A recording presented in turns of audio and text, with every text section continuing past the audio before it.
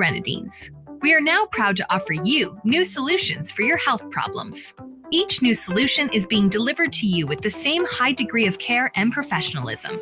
We also use the best technology in the delivery of our services. So, does your doctor need a precise view of what's happening inside your body? Let us perform an ultrasound for you. Ladies, if it's your breasts, then choose our mammography service.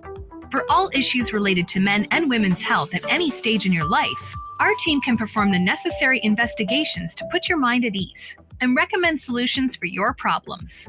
If it's to see within your chest or check for broken bones and fractures, then use our state-of-the-art U-Arm X-ray service. For you aging men and women, we can now check your bone density, which will reduce any complications that may arise with overall bone health, osteoporosis, or arthritis. Health Solutions will provide answers and results in a timely, accurate manner in the most comfortable environment, while you are taken care of by well-trained and experienced staff. Please call us today at 451-2836 or 434-3170, or visit us online at healthsolutionsSVG.com. You can also follow us on Facebook or Instagram. Health Solutions, where we are providing solutions in SVG with care. Flo's prepaid customers can now unlock big bonus rewards like bonus data, prizes, and more every time you activate a 3-day prepaid plan or launcher. Activate a plan, then scratch to reveal your bonus data. Plus, get points for extra prizes. The more you activate, the more bonus data and prizes you can win. Get in on the big bonus rewards when you activate a prepaid plan. Dial *129# or visit topupflow.com to activate a plan today. A year passes, your tiles start shifting. 2 years later, they pop. After 3 years, they break. The problem isn't the tiles, it's the tin set. We have what you need. Not all tin sets are the same. Every job needs the right one. For projects with ceramics, we've got it. Porcelain, no problem. Marble, stone, high traffic floors, we have the strength. Small tiles, big tiles, oversized slabs, we've got the right bond. Indoor, outdoor, any weather, we've got it covered. Get the right tin set, the right grout, the right adhesive for the right job. Don't guess it. Don't risk it. Come to District Stairs, SVG. We have the products and the knowledge to guide you right. Find us at Russell Shopping Mall in Stony Grounds. Call us today, 784-456-7649. District Stairs SVG. The right hold for the right job. Bunady Supermarket in Kingstown, serving the nation with quality service and excellent prices. At Bunady Supermarket number 2, located at Upper Middle Street, we are proud to serve you. We are second to none. Call us at 457-1616. We at Bunady Supermarket number 2 will always be here for you. Bunady Supermarket, serving the nation with quality service and excellent prices. Soundblast Entertainment exclusive rentals. We have LED bars, LED chairs, LED tables, trussing, speakers, and stage available. Bring your event to life with exclusive party rentals. For more information, contact 1-784-493-1361. 1-784-493-1361.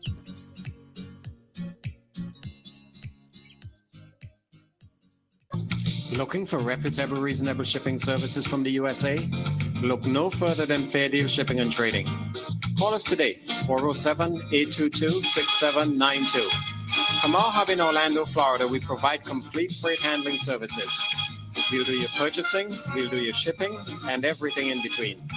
Whether it's ocean freight or air freight, commercial cargo or personal effects, big or small, Fair Deal will handle it all.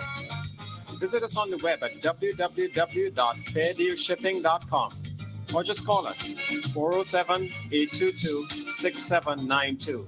That's Fair Deal Shipping and Trading. In the heart of Central Florida, your artery to the Caribbean and the rest of the world. There are many cleaning companies, but there is only one company that cleans, and that is VinceClean. So you don't have to wait for a season. Cleanliness is enough of a reason. Just finish building your dream home and wish to move in? Then VinceClean is for you. Do you have oil mark where that car is parked? New tiles just laid and want to remove tile grout, cement, or paint? VinceClean is for you. Shampooing of chair sets, mattress, carpet, house cleaning. VinceClean is for you. So whatever cleaning you need and for the best prices and quality on the market, telephone 431-1360, 457-1649. VinceClean, VinceClean, VinceClean, the best in service.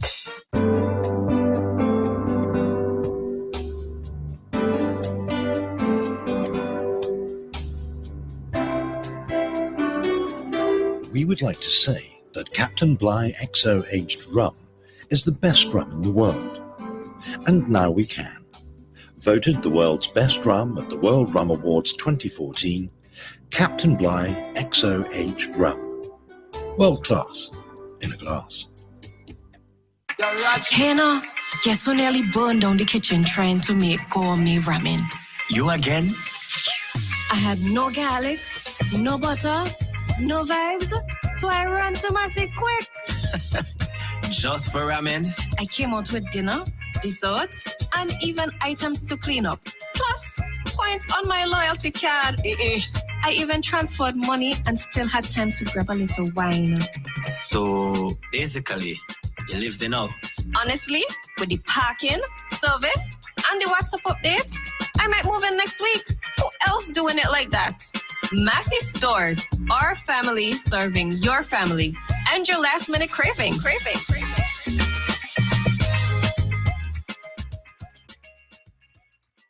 While the New Democratic Party, the NDP, continue to represent the views of a significant number of Vincentians, the party is indeed obliged to recognize that we are now into new times.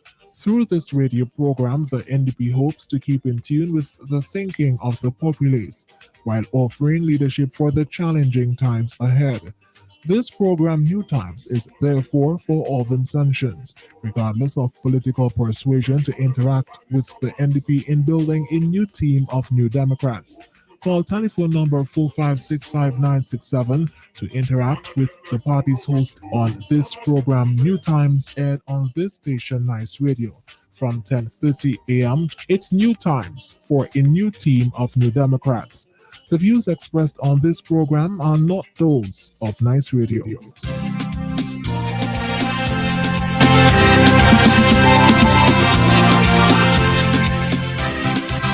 Oh, NDP, we love you so. One family, one destiny. We strive for what is right, and pleasing in God's sight, and a democratic life. We believe our country's future must be shaped by our own hands to ensure a strong foundation that's based on rock, not sand. The education of our children is the pride of everything, and freedom of expression is land of our family. Oh, NDP, we love you so. One family, one destiny. We strive for what is right, and pleasing in God's sight, and a democratic life. Let us put our heads together to keep high our country's name and protect our youth from danger. Proud guardians we remain. Our women and our children, we uphold with our men. That kind of gentler nation, and live in harmony and love. Oh, NDP, we love you so. One family, one destiny.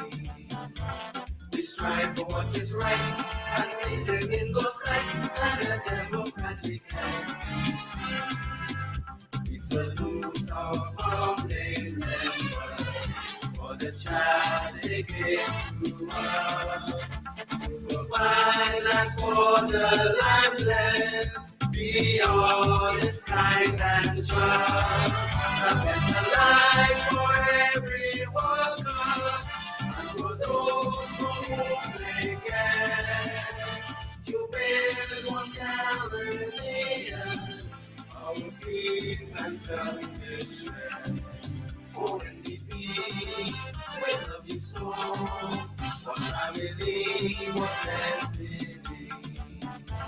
We strive for what is right and pleasing in God's sight, and a democratic life. Oh, NDP, we love you so. One family, one destiny. We strive for what is right and pleasing in God's sight, and a democratic life. Oh, NDP, we love you so. One family, one destiny. We strive for what is right and pleasing in God's sight. The winds of change are sweeping through the region. Change is long overdue. This is a new year. These are new times. We are the New Democratic Party. This is the New Times program with your host. We are ready. What about you?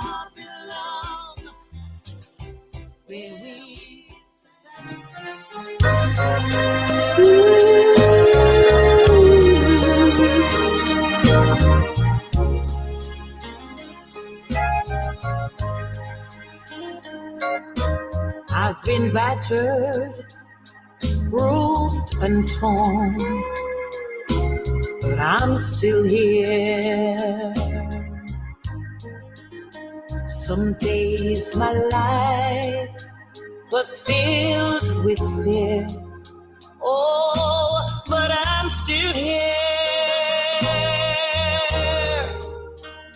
So many times I had to fight just to stay in the right. I have failed so many times, but I'm still here. I had many disappointments, but I am still here. There were days when I thought I could not make it, Lord, but I'm still here. So many storms I had to bear, Lord, for your joy they can't compare. Storms of sickness, storms of strife, oh, but I'm still here. I've been abused and misused, but I am still here. Been persecuted and accused, oh, but I'm still here. Lord, it's such joy to know that your love had kept me so. Through the valley I had to go, but I'm still here. I'm still here to praise your name, Lord. I'm still here. You took the blame. Seems like my life was all so wrong,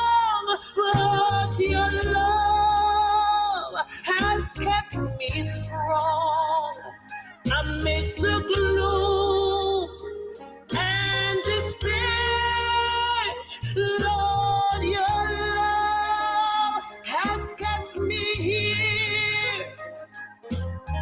I cried and I cried. But I'm still here. Yes, I'm still here. Let me say a pleasant good morning to St. Vincent and the Grenadines. And let me welcome you to another edition of the New Times program for today, Wednesday, the 20th day of August in the year of our Lord, 2025. My name is Aigal Adams, and I'm the host of today's program. Let me remind you that the New Times program is an interactive program, and it is a politically sponsored program. It is sponsored by the New Democratic Party of St. Vincent and the Grenadines, the oldest, most loved, and the majority party in St. Vincent and the Grenadines. It is also the only political party that has outlived its founding fathers.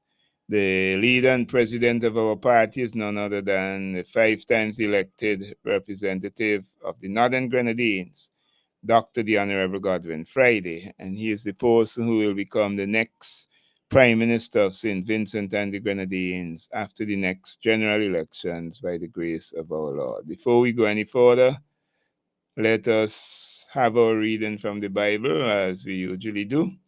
Reading one of my favorite texts really for the program is Proverbs 29 and verse 2. It says, when the righteous are in authority, the people rejoice.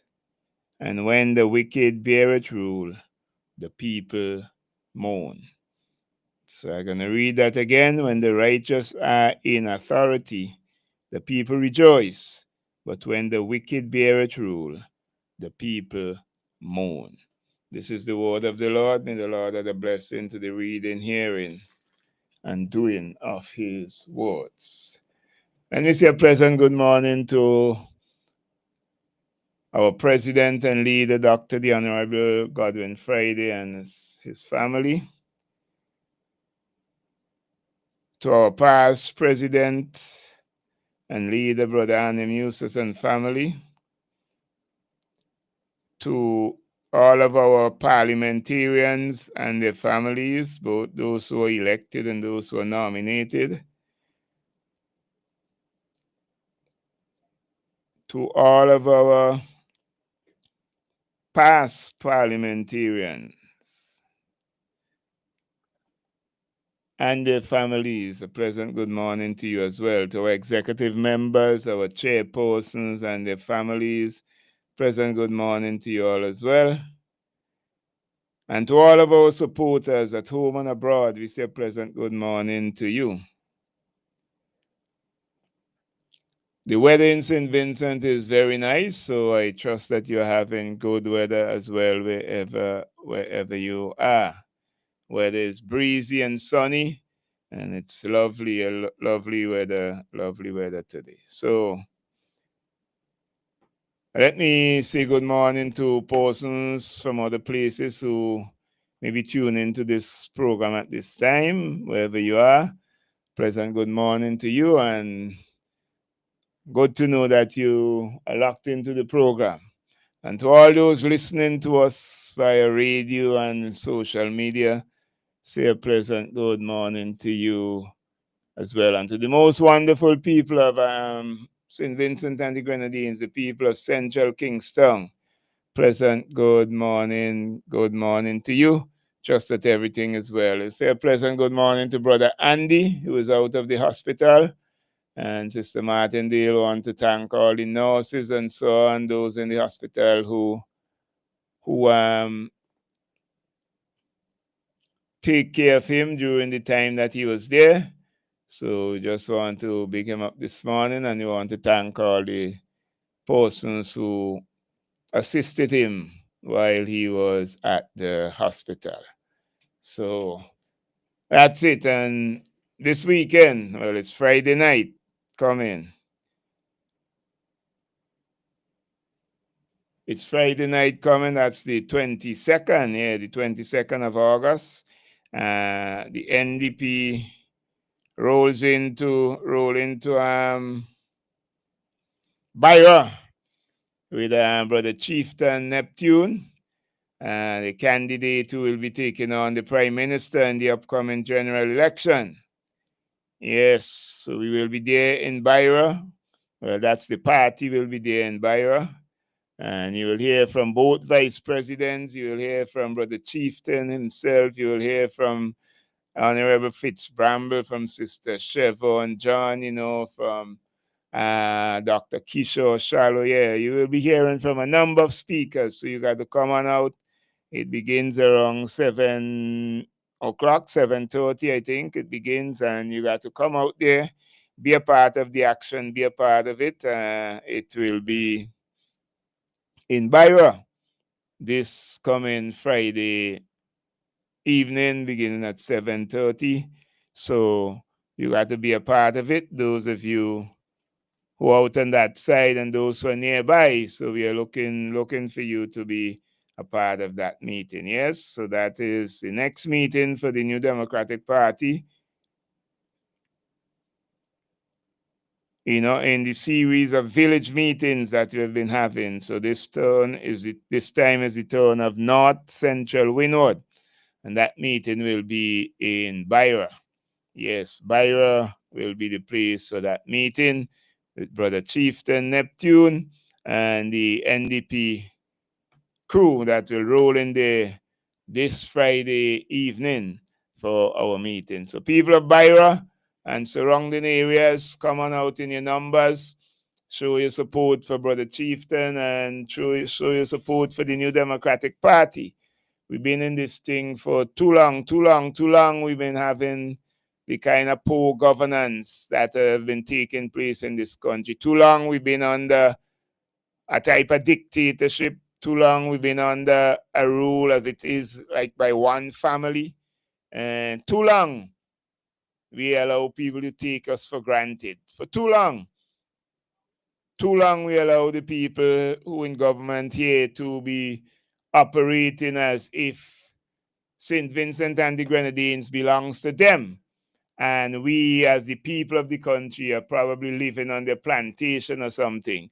And we really and truly can't continue this way. We have to make sure that we are a part of the movement that will bring change in this country. Let me take this call. I ain't ready for the call yet, but as it come, I'll take. Brother, but I just call to do my do and then get as off usual. All right. And listen when the champion them come on. You know what I mean? It's a good thing I call and like always setting up a thing because soon as you call, see somebody pushing the door and step in. So wonderful. So like all set up on me today. Good. I got my brother and friend. I tell you. Yes, himself. Bigger bigs. Yeah, I know. This is exciting time, I tell you, boy. He's called me big brother something, but he called me. Hey, remember, I have the corner, no? Yeah, you the corner. Morning, big brother. I always call to say my piece and then go up a bit because I don't want to block you out. Because I could tell you, Major, the way how you are, you especially and Dr. Stella and Friday, and you guys is on fire. I'm telling you, we cannot back down at all. We have to hit these people hard with bare knuckle. We can't back them with no gloves because it's happening right now. When you are in power for too long, that is what does happen. What we see happening with the idiot son. Yeah. And social media there. That alone tell us a lot there. These people believe that symbols belong to them. You can't tell me no, it's not there. So you see where the kingship come from, the dynasty come from. Exactly. That's a very, very serious conversation, There's a simple word for all of that, Biggs, Tell me. Ownership. That's what they feel. This is a well-oiled family business. They have now proceeded to the stage where they feel that they have ownership, and no one else in St. Vincent must dare even challenge think that they could once run St. Vincent the Grenadines once they are alive. Exactly. You know? Exactly. But and I've been saying Biggs for the longest while. Mm-hmm. We the people of St. Vincent and the Grenadines allow this stupidness to happen, you know. You have the father as a prime minister, and he was the minister of finance until must be 2015, whatever, when he gave over to his son. And I can remember what he had said at that time when he's coming. Well, I sleep next door to my father. I don't have to push the door and I could get things done. And he can get it, right. So the son now come and is Minister of Finance. But who is in charge of the FSA, the Financial Services Authority? Is the wife of the son. So it's a family something. And I find Vincent for too long been shut in the eyes. We ain't supposed to have no one family running the affairs of St. Vincent and the Grenadines, controlling all of the finances of the country. We're not supposed to have that happening. And I think the people now begin to wake up. And it's time really to bring an end to this foolishness that's been going on in St. Vincent. Thank you very much. And with that, I part and leave room because when I tell you when I hear major and then guys are we kept not for me. You're just leaving them to back. Yeah, but you only leave a room till Saturday morning. So you can't feel fight leg. You can't feel fight leg. You can't fight leg for the research. All right, thanks. You know it is, bro. Take care. God bless. Yeah. Yes. Major, well, I mean, Biggs bring you in before I even say good morning, but I can say good morning. And welcome again to another Wednesday edition of the New Times program. Well, morning again, and people say the post see last night, the next post is first in the morning. Because last night we went until darkness didn't allow us to go anymore. So, good morning, St. Vincent and the Grenadines, morning, Central Kingston, morning, Eston, morning, all my very good friends in the constituency. It's a pleasure to be here in the company of my chairman, who is hosting this morning's program, Igel Adams. So, Igel, I'll deliberately start where we left off yesterday before we get into other deeper things. My phone is going, but I'll have to ignore that. The phone here going to, but you go ahead. Carla will take you after. Don't worry. This week, I said yesterday, so I'll go back maybe to Monday evening. This week was a good week, or has so far been a good week for us in Central Kingston. Yes. You know, I have a standard expression. You all are familiar with it. I don't have no miss of this, miss of that. Lending support to the day-to-day affairs of the party. Meaning we don't have the doctors, we don't have the lawyers, we don't have the engineers, the accountants, the head teachers, the principals, the permanent secretaries, retired officers of the police force, the who's who, the bankers. They are not the ones you'll see at a Central Kingston meeting. True.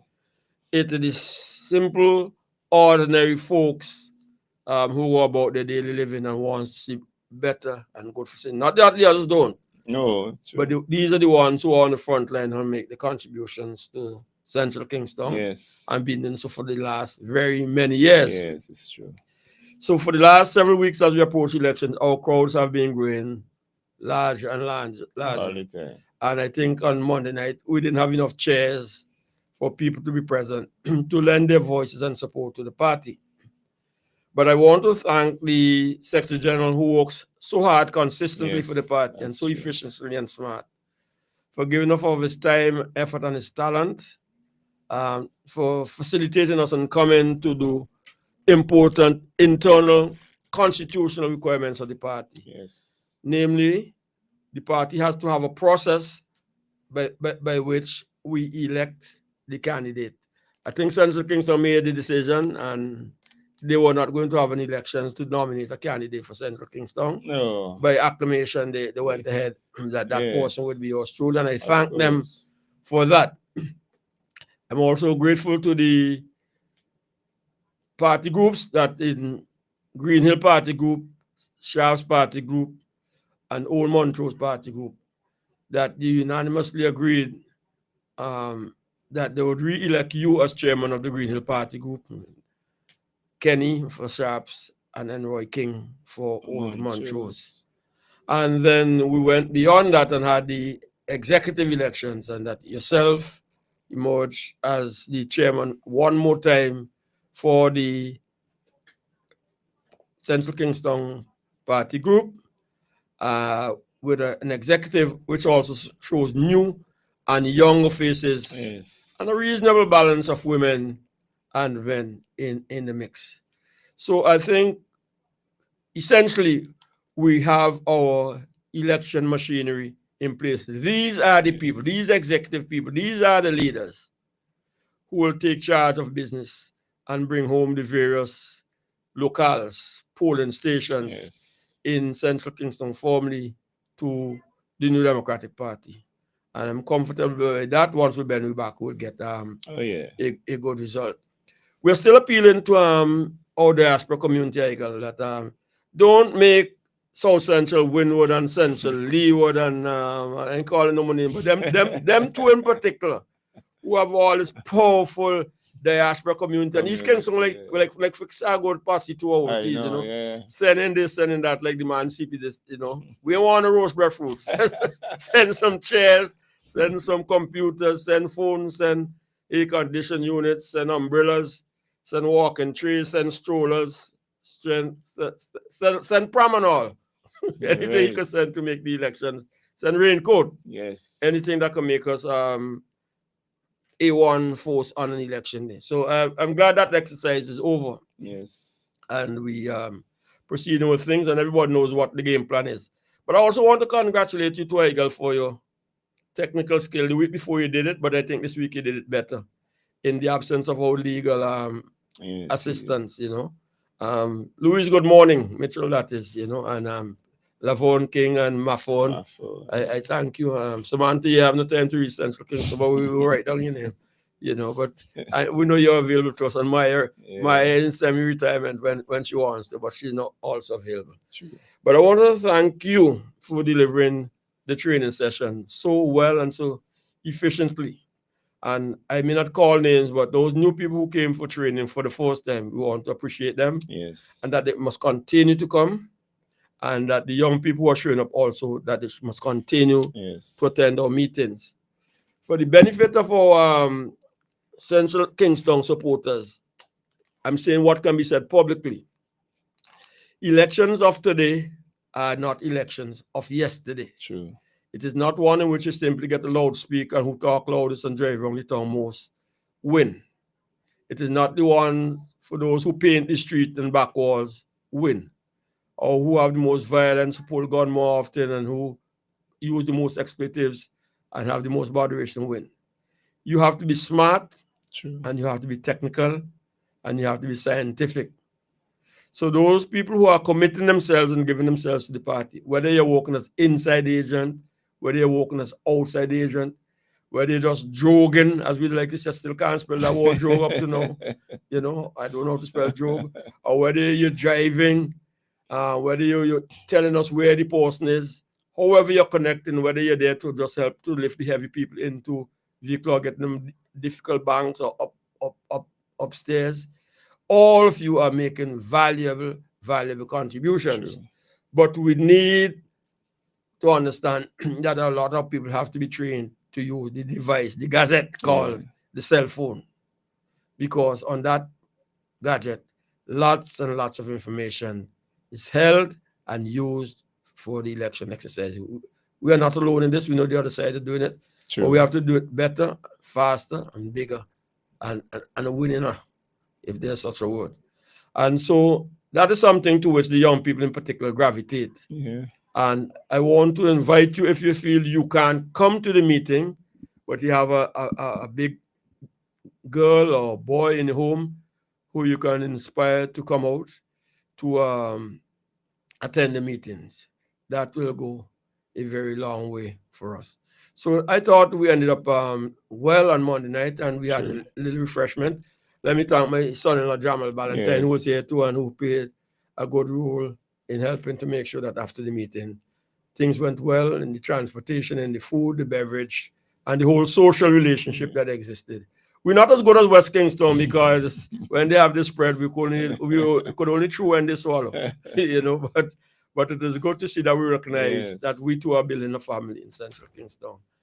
I'm particularly happy that even though we were a little bit on the late side last evening, Igal, through the persistence and perseverance of yourself and Brother Bracken and Omar, and we were able to have such a good walkabout. That's true. In the Greenlee area. It shows you what determination is. And I don't know anybody's fooling us. We know that Greenhill is not our strongest constituency, but it's certainly one that has grown by leaps and bounds. Definitely. And there's every indication that notwithstanding that the other side are very busy, very, very busy with all sorts of promises and giveaways, that the good sense of the people of Greenhill is manifesting themselves. And I'm even seeing indication of people who before now were not necessarily supporters of ours saying, look, in all fairness, you are the one we have been seeing for the last 5 by 5 by 5. And the others come only every other 5. And that, while you could be there for the last 25. And in that 25, they have had to have 5 by 5 by 5 by 5. And we thank them for that support. But, walking about, Igal, is important to you and to me and to the lead and all of us, because it informs policy. Because when we see our supporters and our people in the natural, we have an understanding that the privilege given to us to lend service through political means is a very sacred one. True. And as those who are now coming on stream will learn fast, it's not about you. It is about the people who are going to put their mark or the X next to your name on election day and give you that vote and support into the parliament. So I want to thank Greenhill at this time very, very, very much from the bottom of my heart for what we see is coming forward. Igal, you're always on the ball as well. Last Sunday evening, I go back to that. And good morning, Sister Sai and Brother Sai and all the grandchildren and the small army from Lago Heights, and for your initiatives and your leadership. God bless you. You were so right, and you helped to guide and direct us that we were able to go to be at the side of the mother who lost her son in the shooting. And as fate will have it, we arrived and met the good company of the Baptist community. And we were able to stay with her for the better part of 2 hours. And to fit in, because they had the bigger picture at the time where commiseration and service, and the Baptists really do things so wonderfully well. I hope as an Adventist you didn't get jealous because I behave like a good Catholic. Never jealous. You didn't even back me when I bring him song, oh Lord my God, but that's all right. Oh, no. Of course I sang because I know it good. I know it good, but you're better than me with the scripture verses. So but to be on a serious side, it is good that we were able to do that. Actually, we have to be able to see frankly, because I have this program here this morning and standing in for Dr. Friday. I can't be at the hospital this morning, but if they want to run race now, they could do that. I've asked the Secretary General to make sure he puts a team to go and see who is there, who is injured. Whether any of them is from South Leeward, West Kingstown, or Central Leeward, or further down that coast, and bring the greetings and sympathies of the president to them. And let them know that we're by the side in case we are needed in any way, form, or fashion. To me, it looked like it was a bad accident. And I passed it yesterday. I passed it on my way up from further Leeward. So those are some of the housekeeping things. I'm here with you now, as you know, and this is continuing for our supporters in Central Kingston to follow the politics and follow it very carefully. And it's an important piece of politics, Igal, because when we finish today's program, the charge, and I've broadened it now from major in Central Kingston to be the charge for Central Kingston, we now know that it is no longer about us winning Central Kingston. You can't wipe off 700 votes just like that. True. I know we would like to grow the constituency. That would be nice. But we know we're up against an army of bribery, against the vicissitudes of poverty. People can get tired of you, and you can't always make everybody as happy as they want to be. But let me publicly remind Central Kingston what is our responsibility this time. Ours is to help us to form government. Yes. You have your candidate in major, and get accustomed to the word leacock because you're not going to find major on the ballot paper. So come elections, go and look for a leacock and look for the key and vote for it. But in the meanwhile, as one or two other constituents are doing, allow me and support me to be able to go out there to help to win other constituencies. In the last 8 days, it's not been that easy for me, especially that I've been speaking last, because I was in with Brother Kishore in Pito. Then we came back and we went to Dixon. Dixon with Sister Cheryl. Yeah, we left Dixon and we came down into Victoria Village. We went to Victoria Village, and I think we're missing one. Because there were 4 meetings actually. That was before what is his name? Conroy in Bottle and Glass. Bottle and Glass, exactly. Yeah. So we had those 4, but it said it's taken a little toll of me, but it has to be done. And this evening we will be, I will not call the name of the village, but we'll be in South Windward, completing where we left off last week. And I look forward to joining with Teach. Yeah. He had a wonderful meeting in Victoria Village.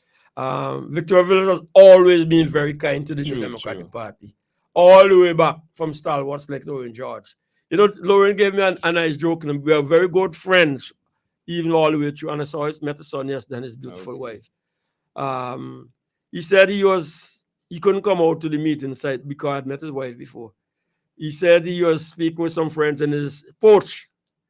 But from the time they said that Major go and talk, he said the friends, they're going to excuse. He said, Brother George, you know what it is. Yeah, they're gone. You know, so I'm really grateful for that there are people who are like that, who want to hear me present when we go to the meeting. And I think I'm happy now that I was inspired on that day by what had transpired before. Because when we had come back, I think it would have been from the Dixon's meeting. Before I got a proper chance to rest my head down, I got this telephone call from Bing Joseph, emotionally shaken, you know, because he carries the love and support and respect of his staff on his sleeve. And it is very much about them. Yeah. You know, like the good shepherd. And he shared with me, and we, in the early hours of the morning, I understood this conversation. I've heard Bing speak already about the challenges of having a business in that area of Paul's Avenue, from what they see and what they don't see, and the risk that is contained therein. This is not narrowed us ascribed to the people who live on that street, because there are in fact a lot of visitors to Paul's Avenue who do serious harm and damage, and history speaks to that, to residents there, and so anything can happen. And when I listened carefully and painfully to Bing's terrible experience, I recognized to myself as a vice president, I've been given a task, I've been given a charge and a responsibility by President Friday, and that is to be the spokesperson for the party on national security. And I said, you know, I've been going about all of this campaign thus far. I've been speaking about this, I've been speaking about that, I've been speaking about the others. I've been carrying along Zion I with me, who has been giving us so much support. P is always there, Ken is always there, and sometimes some of our camp follow yourself and so forth. But I have not been speaking to my portfolio. But this is of the moment. This is of the moment. And I said this also has to be of the movement in a different way, because it has been that long that the nation has not heard the Prime Minister, as Minister of National Security, speak to us in convincing ways that you could feel that we had something to hold on. You know, I remember quite some time ago, when I was a much younger person, when I was a young person, not much younger, when I was a young person, when we had the volcanic eruption, you know, even though Cato, Prime Minister Cato was the in charge of the country at that time, newly into independence, it was the voice of Bishop Woodruff, the Anglican bishop, Christian and spiritual, who when he came on, that helped to sap the soul and crown the head of the nation into holding on and being spiritual and having faith that things will get better, you know. And it's the same thing when you are the head of government. And I must dare say that we are really actually state at that place now, where even the head of state can begin to consider that this is a responsibility that she can discharge. And I'm not bringing her into the politics, but she's quite within order to say, look, you see this? I'm the Governor General here, and I'm in a country in which there are things that are developing and occurring at a pace that bothers me as your Governor General. Yeah. And I want to lend support of the government of the day. And by government, I mean both the executive branch and including the opposition in this case as well, to bring peace and harmony to our country. And I'm appealing to all stakeholders, to families, to church, to sporting organizations, to employers, to investors, to whomsoever will, to lend a hand, lend a voice, blend, and make this place a more peaceful one than it is now. And if in any small way I can, in fact, influence those outcomes, by all means, reach me and tap into my resources to lend assistance. So with those kind of emotive thinking and understanding, I said this was time to address the nation. And I was well within my rights to speak then in Victoria Village. Definitely. As a Minister of National Security would speak. Now, I want to say to St. Vincent, I don't want to confuse issues because, again, in the old paradigm, before we got independence, we used to have a ministry called Ministry of Home Affairs. Yes. The Ministry of Home Affairs was responsible for a lot of the community development and other type related activities. You know, the Cadet Force happened to have been under that ministry when I was in charge of it that time. So I remember those meetings that we used to have with A.T. Woods and with others, you know. And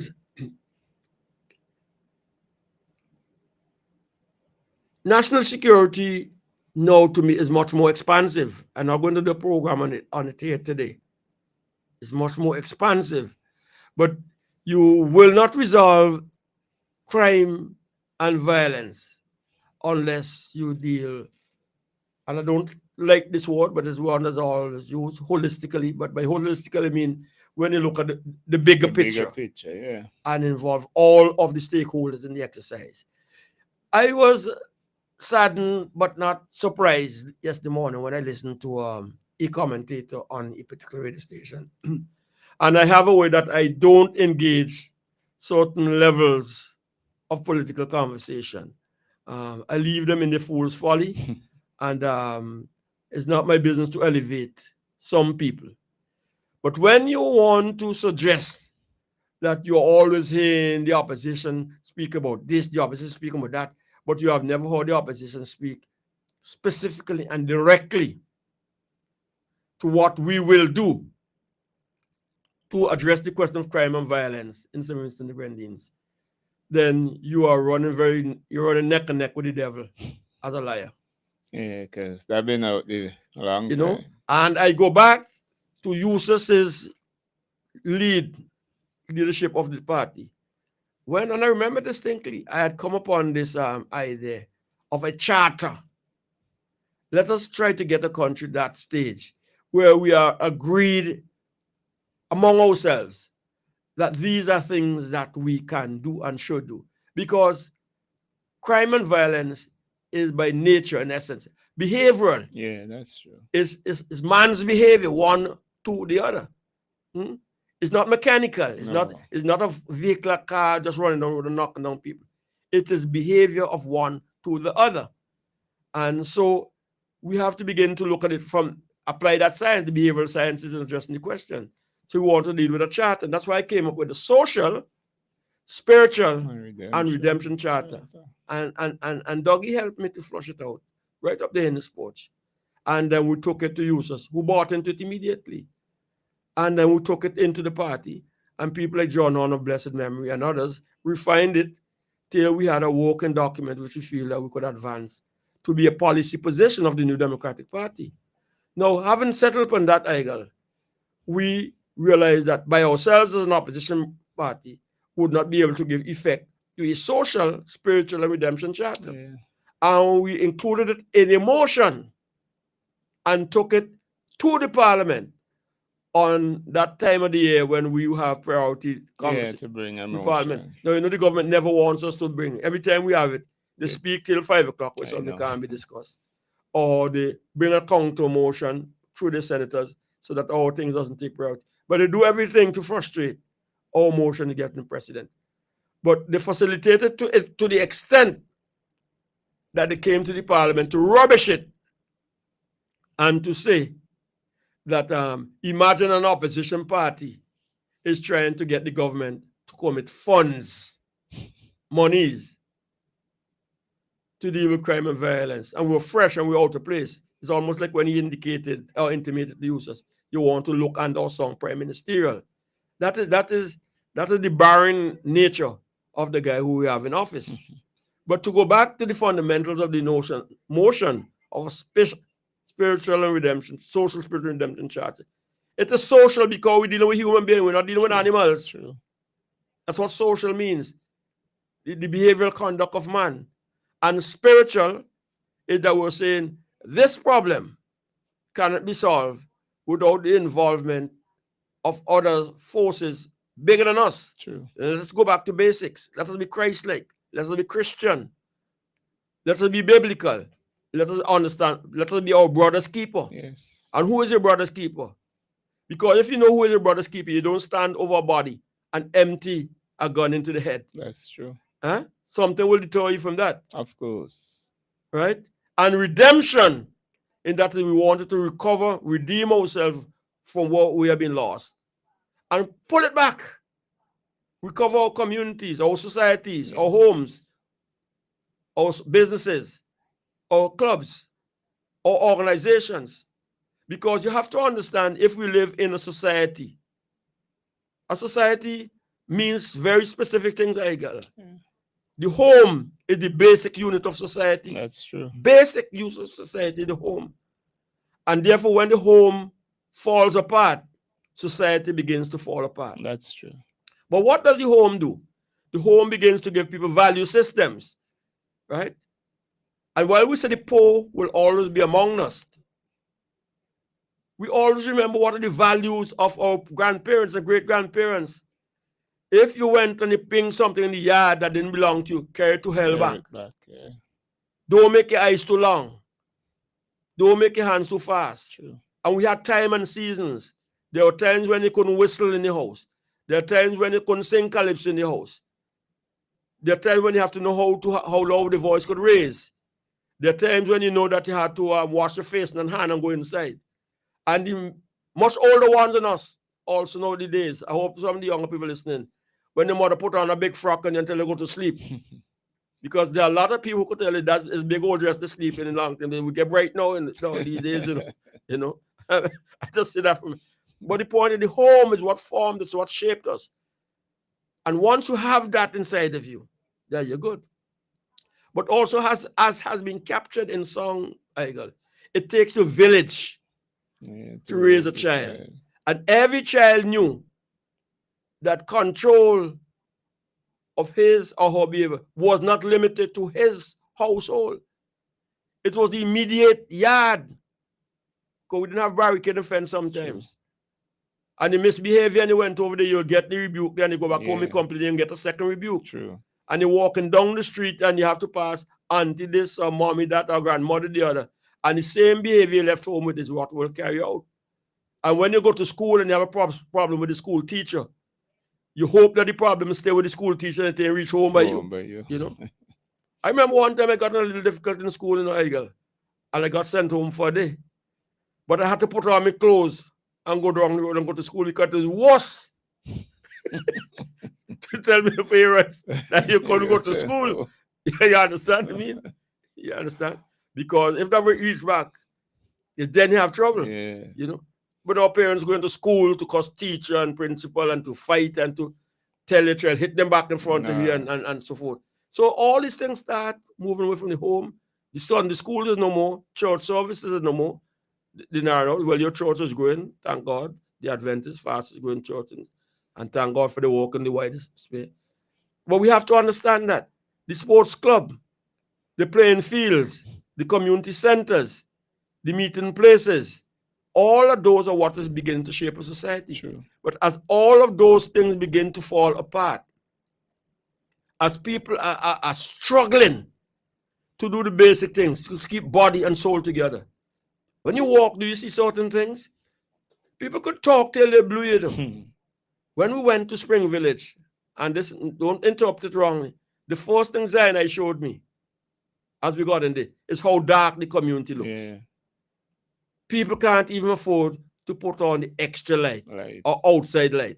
People that's a normal thing long time days, you know. You have on the yard light. They used to call it the yard light. You leave on the yard light. That was the name of it, the yard light. Well, they can't handle my yard light. Right? People fed the fall with the food that was left back long time days. They part the food down, they put that back to cold to eat a second or third time. You know? Life has changed. People have become more defensive in living because you have to make do with what little is hand. You have to rotate your end-of-month bills between your light and your water and your transportation and your grocery and your whatever after. That's how people are living. Huh? Sometimes I put it in a naked way. It's not humorous, but it is true. That when the toothpaste finish, you cut it in half and push the toothbrush down and see how much more you could get in there up in the head. Because toothpaste still there. You know what I mean? And a soap melting down, you join up 2 or 3 of them to get another soap. You get another one. Yeah. You understand? I mean, I'm being just practical about life. And all of these things you see when you are in the election mode and you're walking around. Because it is easy in your conditioned space at times, or with the academically inclined mind and soul and body, or in a textbook approach to living, to come to narratives and conclusions and conversations that feel this is what people must have. But oftentimes, and you see it, when you look at people's living conditions, you still see it in Central Kingston, which is really the city, situations and circumstances that is as rural as other parts of St. Vincent and the Grenadines. That is true. People still have to cut out mud steps. Yeah. Sometimes you get a slab and put on the mud steps. Last night when I went down to the last home to visit, thank God for all men decided to hold my hand and put on the phone light to take me down that bank to see where I'm going and see where I'm coming back. When I was coming back up Sunday night from where we were down in the hole in Lago Heights, I blow because the road that was put to carry them down in the first place was improperly put down. True. So they either have driveway or staircase or whatever it is to go and come. And you see immediately what it has to mean for people who live in those places and have to deal with it daily. So that when a van drop them home and they leave the bag up the road, they have to shout down the road and call the children or the pick me or a friend, come help me carry these down or help me carry them up. You see where people live sometimes, you realize, but for them to be able to put down this building, how much bags they had to bag out of aggregate to get a joke from here to there, and it's sheer determination and resilience for those people to get the water. So you get a solid feel of what life is society. And when you have that, you know how you're going forward, Igel, as a politician to build a society. Yes. So to loop now all the way back, and St. Vincent Central Kingston, when you're listening, take me deadly serious what I'm saying. That's why I'm saying we need a Ministry of Home Affairs, you know. We need, it don't necessarily have to be in the Ministry of National Security Home Affairs, but it's because of my prejudice. But we have to have a very strong senior minister whose signals are that great that there is somebody in government who knows that I have particular sets of problems. And by the way of how policy has been framed or formed, they're looking out for my well-being. You understand? It is not just facilitating me being able to go to the next 5-star hotels or on a golf course or travel first class or be in a conference room or seminar or whatever the gathering is, in which when we're in those social settings, we put on an extra inch on our height, and and I talking of experience and I sit before here and read, I've been in conversations, you see men talking, and they're talking about the bone in the collar, how stiff it is, and what type of plastic is inside the collar that keeps that collar so stiff and the cuff so different. And then they go down and they play that they're more yardy than people, and they eating from yaba and they sitting on the street on a piece of wall, and they're ordinary. They have no ordinariness about them. True. They're just making use and abuse of the masses to get them done. But I'm in the conversation because I want to talk about the significance of each of you making your contributions to winning an election through your caretaker and your representative by coming out to party group meetings, because no country can run and or develop on the grounds and or the basis of the 8, 9, 10, 15, or how many of us get elected to the parliament. That's true. That is important to point to leadership. But you need your same parallel of leadership across the panorama of things that has to get done to have a better society. True. So we have to have people representing us on the boards, yes. Water Authority, people representing us on the boards, VINLEC, people representing us on the boards, nurses, people representing us on the board for police, people representing us on the boards for the port, air and seaport, housing, whether it is housing. All of these things have to have people who are carrying the objectives and the policy position of the party. Yes. They may not all be chairperson or deputy chairman, but when they sit there, they say this is what Mr. Shallow wants, this is what Conroy wants, this is what Chevron wants, this is what Philip wants, this is what Shaka wants. This is how Mr. Cummins would want us to do. And if they're not sure, they'll say, well, I ain't voting for this thing, but I'm suggesting you hold it up until I can go and consult with my representative, so that what has been taught about is in alignment, yes, with what is my party policy. But you learn that by coming to meetings. True. And be representatives. I certainly expect you to be a chairperson of a board. Expect Pete to be somewhere. Expect Kenny to be somewhere. Expect Marlene to be somewhere. Romanza to be somewhere. Sister Sai, Luan, all the frontline people, expect them to be somewhere. Just as the other 15 candidates expecting people from their groupings to be somewhere. Tenders vote, all of these things.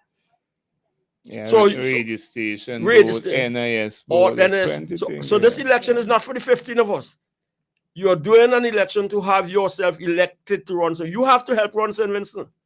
Don't make this to be about Major and Daniel and Fitz. This is an election about you helping to run your own country. Yes. And when you think that way, then you don't have the problem of the Prime Minister's son figuring that he could warn people that if all you don't do this and if all you don't do that, they're not going to deal with you. You understand? That's when they feel they have ownership. Yeah. That's what the election is about. The election is about changing the iniquitous culture that has emerged over the last 25 years, where people feel that we are on the plantation, waiting them to throw the picking, And unfortunately, there are some people who have had the privilege and the benefit of education who should know better, but are genuflecting to the selfish order, me, myself, and I, and not about the people whose interests should be served. True. And that's the divide between Dr. Friday's New Democratic Party and the other guys. Yes. And the other guys. As Sister Chevron will say, we are people-centric. True. People-centric. And that's why you have the shallows who will come in and say, on my mother's grave, I swear to you, I'll do this. That is why you have my friend here, T. John, saying, look, I am protecting this country from being mortgaged and my grandchildren's future to be secured.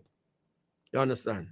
That's why you have Philip Jackson could say things. And that's why we're going to have new ministries, new portfolios of science and technology and of the private sector and of entrepreneurialism, you know, and of the marine economy and the environment. Louise Mitchell, you know, she will be in a cabinet position.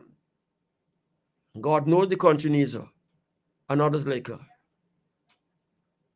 you know, or young Durham, who's now coming through executive. And I'm not afraid to call names. We have to lift the country onto a solid platform.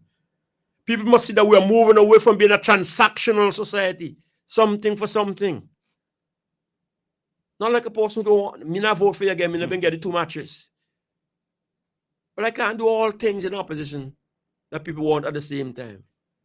But with them many cards of power, I'll do it. Because I understand why some people need a backward. True. That's why I can be happy when I see Marcia gets a Gabian basket.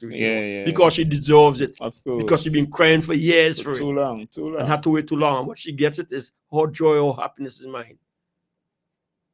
But you see too many people who have been waiting too long, and too many of them going to the grave with unfulfilled dreams. Yeah.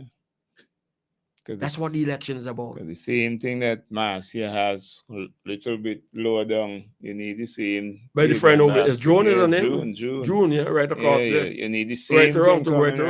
Exactly. Yeah. So that's what we're engaged in, Iga. So I pause here, and I don't know if you want an intervention, you want to raise a subject matter, I will, or you want to take some questions.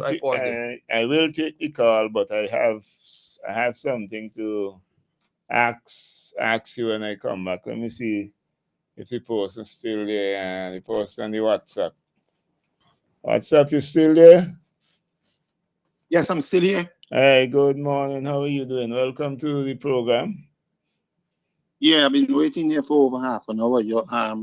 What's he calling? Major Judge? Yeah, Major speaking. So I really couldn't interrupt him at the time. Yeah. Right, so thanks for calling my call. So good morning to the host, Major Judge, and all the folks who are currently tuned in, especially the Vincentian diaspora here in Atlanta, Georgia, where I'm currently, New York, Connecticut, and St. Vincent and the Grenadines.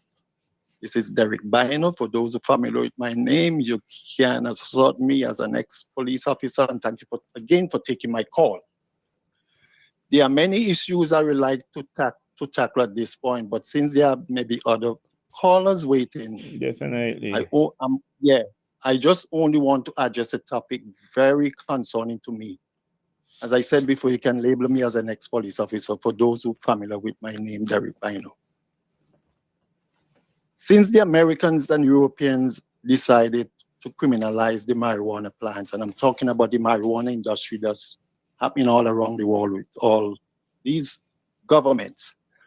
So since the Americans and Europeans decided to criminalize the marijuana plant in the early 1900s, a lot of people lost their lives. Many are still serving long prison sentences in jail somewhere, while others charged with outrageous monetary fines. The same group who criminalized marijuana suddenly came up with the term medical marijuana, resulted in millions and billions of dollars, either run or regulated by some governments around the world, including St. Vincent and the Grenadines. Instead of we in the Caribbean diaspora, mainly St. Vincent and the Grenadines, which I'm from, push back against this heinous medical marijuana foolish idea, implemented laws created or structured on behalf of outsiders to support their profit-making system. I expect the NDP administration to take a different approach towards this medical marijuana idea, but that seems not the case after listening to a speech by Representative Plattel at a public meeting held in Pittibodel recently. So my question to the host, if you listen to my statement and the subject of my statement, so my question is to the host and panel and the listening audience, which part of the marijuana plant is medical and which part is not? So you can respond to that, and then I have some background information that I can contextualize when you finish. Well, the thing I would say, firstly, the issue with marijuana is a controversy not only in St. Vincent, but other places. The policy on marijuana, well, we have a vice president here in the studio. If he wishes to speak to it, he would. But for me personally, you see now, in terms of this part of the year, where we are coming up to a general elections, my focus is rather on getting people to come out and to support the New Democratic Party, not just specifically over one issue such as medical marijuana or not medical marijuana. Me personally, marijuana is marijuana. And that's how I view marijuana. But that's a debate by itself. I rather focus on things we've been focusing on this morning. National security issues, the crime situation in the country, which is of more importance to everybody, the cost of living, and the seeming non-attention of the government to kind of even do anything to alleviate the suffering of the people, those type of things, and people trying to own St. Vincent, treat St. Vincent and Vincentians as if it is their own. And those are the things we are really prefer to deal with and get into the minds of the people so that we can have a change of government in St. Vincent and the Grenadines, so that many of the other things that need to be addressed when a government is in place will be addressed. Then we can address everything now. In this time, so close to an election, we're dealing with more election things in this time rather than one specific thing as marijuana in terms of whether it's medical, which part is medical, which part is not. Those are things that obviously will be dealt with, but those are in the background right now for me. The things going forward is getting people to support the New Democratic Party and remove this administration. If I can respond, Vincentian won't support the Democratic Party if they don't understand the agenda, the NDP agenda, and the platform and the issues on which they stood. So marijuana, and I'm very surprised that you said you don't look at the marijuana situation as an industry which has over the years, because I've been an ex-police officer. I didn't say I don't look at it as an industry. You know? I didn't say that. This is the platform. This is the right platform to talk about marijuana, because you know why this is the right platform? Because you mentioned, because I listened to you earlier for almost half an hour, and you talk about a lot of moral and issues regarding values and society and communities and all that, and brothers keeper.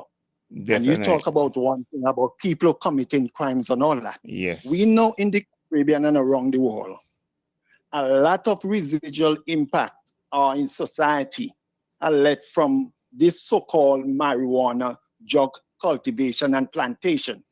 Where I'm really going with this, let me get to the exact point I'm going with this.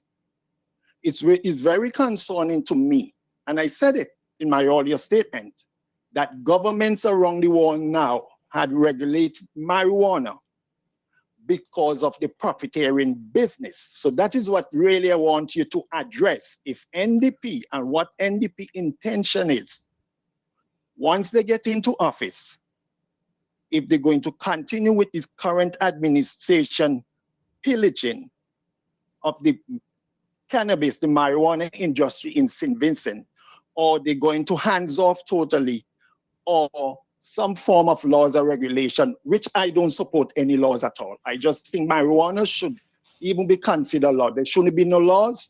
Leave it just like all the other fruits. And if people want to plant marijuana, if they want to grow marijuana, but I would have loved to hear what NDP's agenda, or if any idea about going forward, what you are going to implement with the marijuana industry in St. Vincent. Because let me give you two before I go. Let me make an intervention. Very quick. Okay, go ahead. And then you will listen. You listen off. 2019. Yes, 2019. St. Vincent revenue on marijuana industry, $5 million US dollars. $5 million US dollars. 2020. 14.3 million US dollars. So you can see it's more than 53 point something % jump. There are no figures for 2021, 22, 23, 24. We're now into 2025. That tells me something. That tells me if we had jumped 50% from 2019 to 2020, which means we are in the 100 and something thousand into 21, 22 is more. 23, we might be into $500 million. And when I look up at the structural aspects of how St. Vincent and Grenadines, because we're not producing anything, it seems to me, because I just came from down there, was there for Carnival. We are really our. But let me ask you something. Before you advance, you think the subject of marijuana is the biggest issue to be resolved in St. Vincent and the Grenadines at the moment? Because that's you're coming across as me as suggesting. No, well, no. Well, I said to you. I'm saying you're coming across to me as suggesting that. I'm just asking you to clarify. Do you think that's the most burning issue in St. Vincent and the Grenadines at this time? I called in and I. No, I'm asking you. I'm entertaining you. We're having a conversation. I'm asking you. Well, caller, no. Your question? Right, well, answer. He's asking you if that is what you're saying. It's either yes or no. What I'm answering. But you're not, no, I can't just, these panels is not yes or no I question. am saying, if somebody asks you, if you think that is the major issue in St. Vincent and the Grenadines, it's either yes or no. Yes, one of the big issues. Right, well, think. Say one off. Fine, well, and clearly, yes. You doesn't need a debate and that's how you think. Yes, one of the major issues in St. Vincent. And a matter of fact, this is not the major issues. It seems to me that all the issues in terms of what if you want to draft a concession and label all the reform, to me, land reform is a big issue as well. Land reform is a big issue. Wages is a big issue as well. And crime is a big and issue those as would be well. bigger than the marijuana, I believe. Well, in your opinion. Well, I would not put a number on any of them because marijuana leads to a lot of crime. My brother. Okay, well, thank you very much. No, I want to finish with him. Okay, I want to finish. My brother. Okay. We respect your individual position and assessment of marijuana. As Eigel indicated, I think there's good reason to support Eigel's position. At the end of the day, it's an individual choice and a decision. But Patel was not being arbitrary or unilateral when he promoted marijuana as an industry. It had gone through the process of party consideration and much public debate and consultation. So it was arrived at by reason. The same arguments that one can make for marijuana can be made for alcohol and for rum, as why one is legitimate and the other. And if you ask me, on a daily basis in St. Vincent and the Grenadines, I see more people affected every day by the consumption of alcohol than I see. But that doesn't make one sin a greater than the other if sin is an appropriate way. So I am not going to elevate the conversation on marijuana to be a driving issue that's leading us into conversation. I think cost of living, the crime and violence, the provision of jobs and opportunity and education and health all raise way beyond a conversation on marijuana. Definitely. But certainly it is something that the party would not be unmindful of. But we're not going to go into an election with a promise on a position on marijuana and a reversal of the position as a reason then to support. That would be very narrow. Okay. Thank you. Thank you very much, my brother. All right. Yes. So, yeah, you know, there's so many issues. Look at the way the government is squandering the resources of St. Vincent and the Grenadines. All those are issues. They just came to the Parliament on 2 weeks ago to borrow $100 million or close to it, very close to it. And I hear they're coming back for more. You were closer to Parliament than me. Is that what I heard? Yes, something that is true? Yeah, I think there's an indication that he's coming back to get money for the insurance of the port. Those for me are bigger issues than dealing with marijuana. But I don't know as why the gentleman who I have to respect his point of view, but why doesn't he come and take us? What's the government position on the vaccine mandate, for example? Those are issues. Those are big issues, and the fact that the government sent home people for the position of that. So do we have another caller? Yeah, I have somebody else on the line. Well, welcome to New Times. Yes, thank you very much. Thank you very much.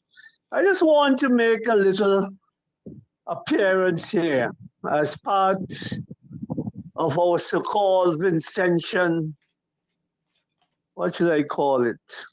Well, let me say democracy, for want of a better word. Because even with democracy today, I have a serious problem. But then who am I?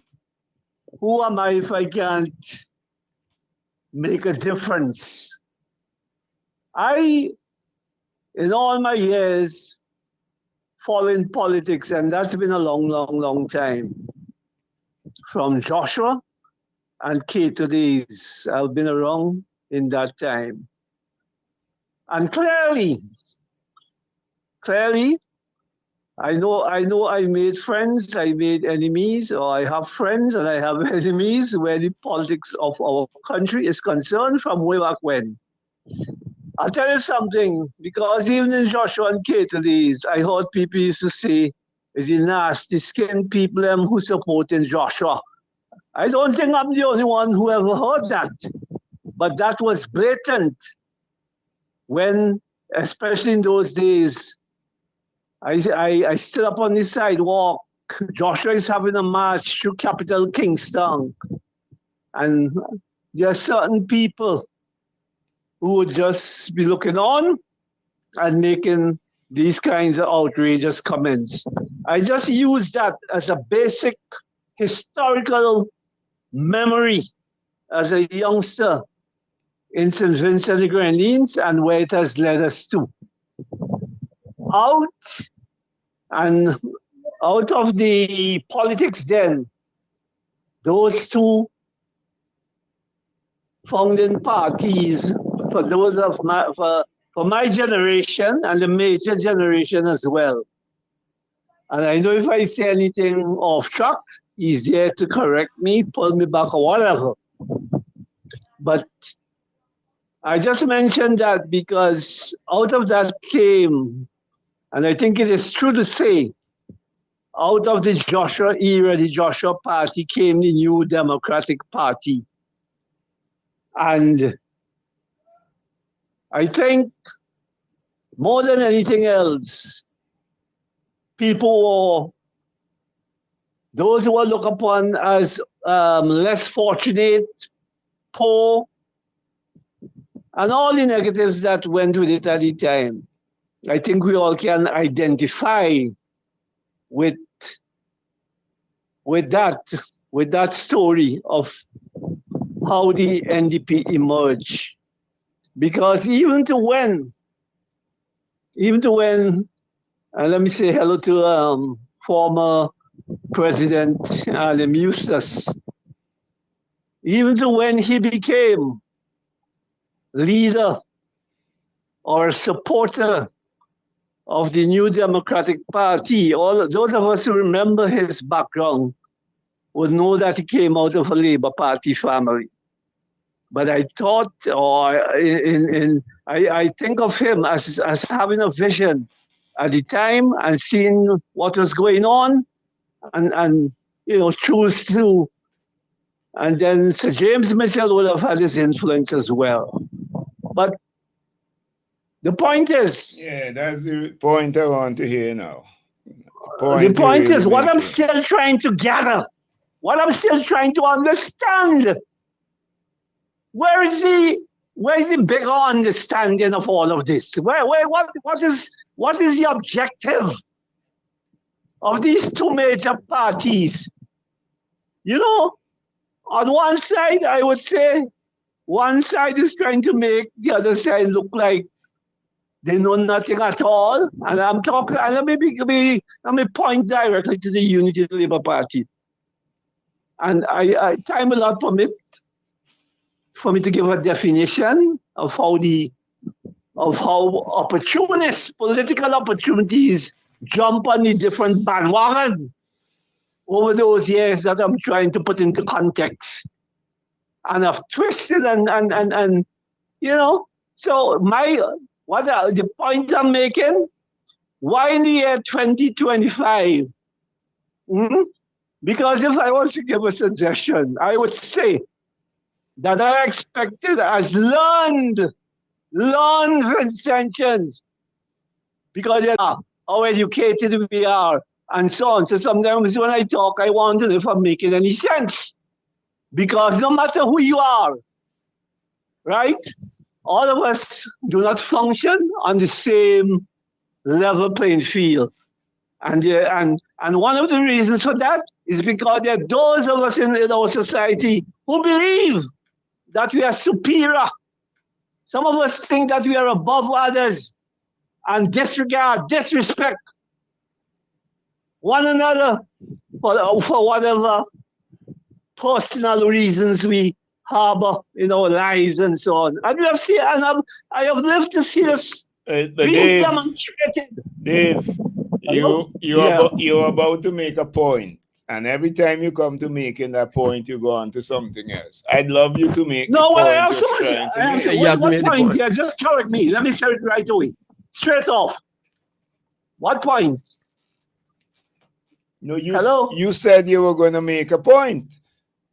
So yes, I'm listening for the point. But I've made a point already. I've made a point in terms No, Dave, of Dave, I think you have lost yourself in developing your contribution, which is always welcome. You start with a concern about whether we have a democracy or not. But I think you drifted away on making the subsequent points to show that we have or don't have a democracy, into dealing with how other political parties have emerged in terms of whether they were on the basis of class. Sorry, let me apologize because I want to be humble. I think you lost your thought pattern. I don't want to beat my chest as knowing... But your chest beating thing, I think you just lost your thought pattern in developing the point. So I think what Eigel is trying to get you back on track. Yeah, and which seems to me to suggest is that you don't like the direction of which St. Vincent and the Grenadines is going. No way. And your dislike for it could be either on the basis of the economic opportunities, the social decay, the growth of crime and violence, the kind of one-manism and autocracy in the leadership of the political party, the disrespect for constitutional norms. All of that. Well, then if that is so, just focus. I know, Major. At least I know you know who I am. We do, and we respect you. And I've been speaking out. Yes, and we welcome you speaking out. We wish more others would speak out. That really concerns me. I am not here to give trouble, to pull down nobody's personality and all of that.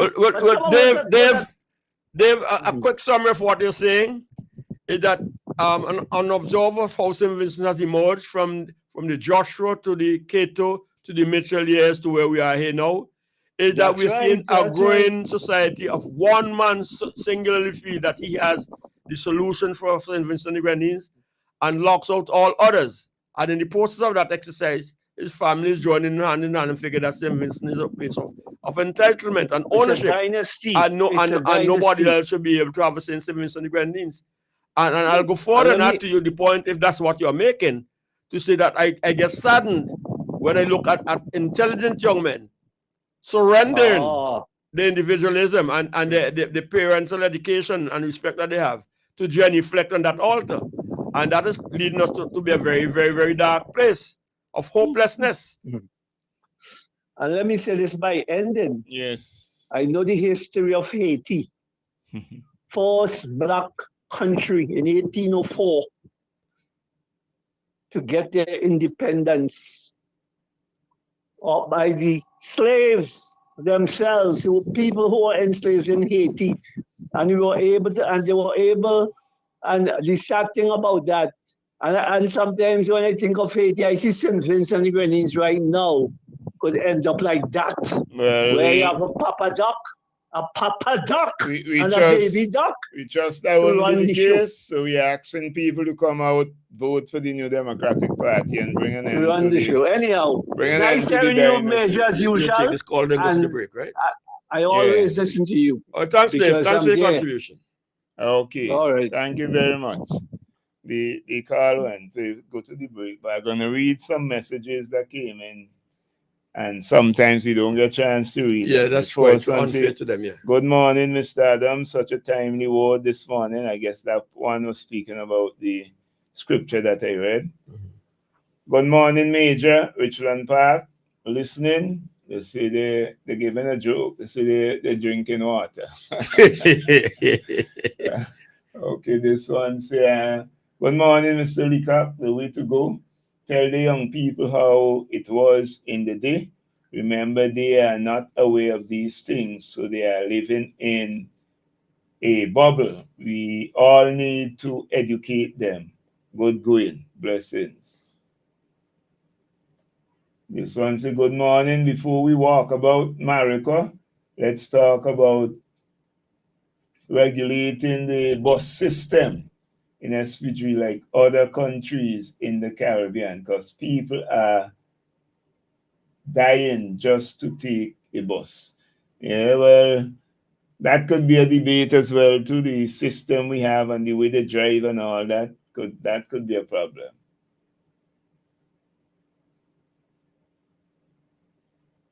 This one's kind of a little long, and the computer is not in front of me, so I have to shift to the side.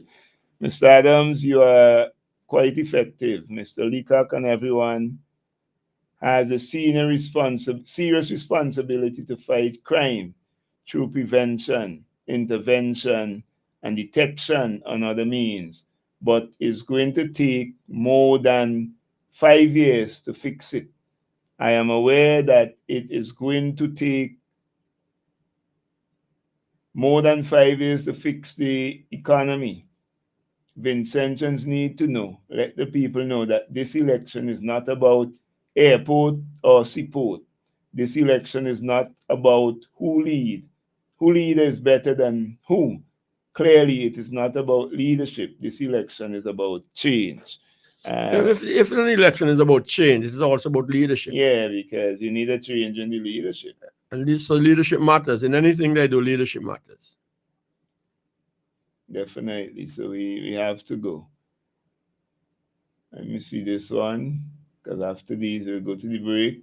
I love the way that you not playing back program. I love you for that. Sometimes you have to play back. You have to play back program. I mean, sometimes everybody don't get to hear like me. The program that was done in Dixon Friday, I wasn't there because of Friday. The one that will be done this week in Byra, I wouldn't be there. So if somebody don't, and that's a large number of people, back, and that's a large number. That's what I'm saying. I will have to. I must hear it sometime after. So sometime the playback will be able to help people to listen and hear what is going on. So you have to. Let me just take this call before we go to the break. Welcome to New Times. And Major walk out the studio to come and drink my juice. Morning, Major. Don't get taking no trouble from you, know. And I spoke to your girlfriend, Phyllis? Miss Bisden. Oh, you told her that we take care of her?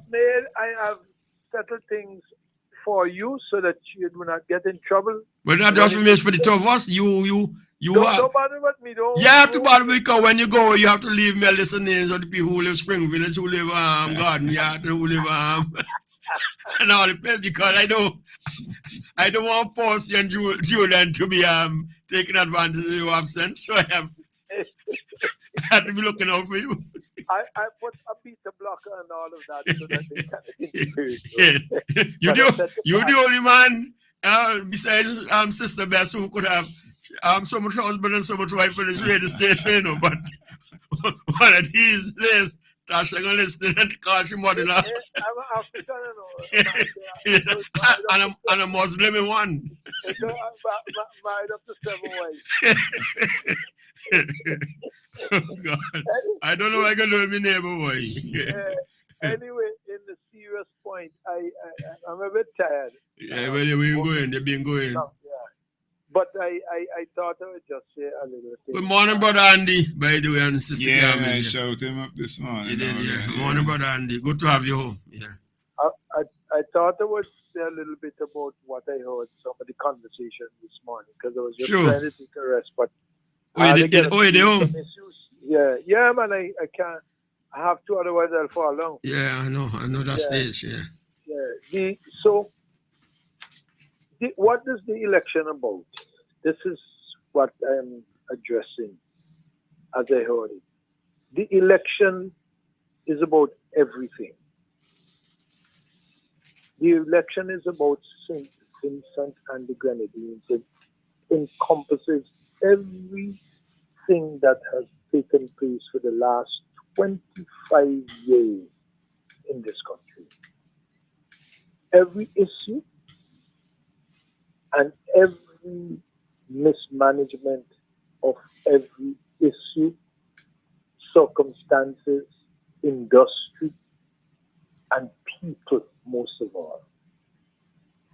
We have first of all mismanaged our people in the context of the mental capacity to understand the importance of the national discourse.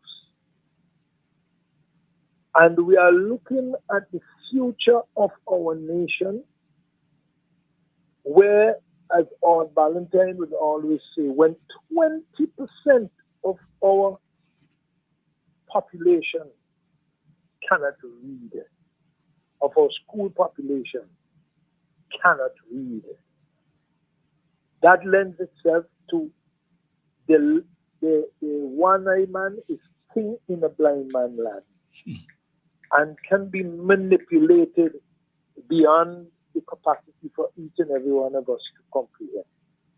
And not just manipulated by politicians, but manipulated by a world that is becoming more inherently evil, where we see all these heinous crimes and shooting and looting and ignorance, in literally speaking about the word ignorance.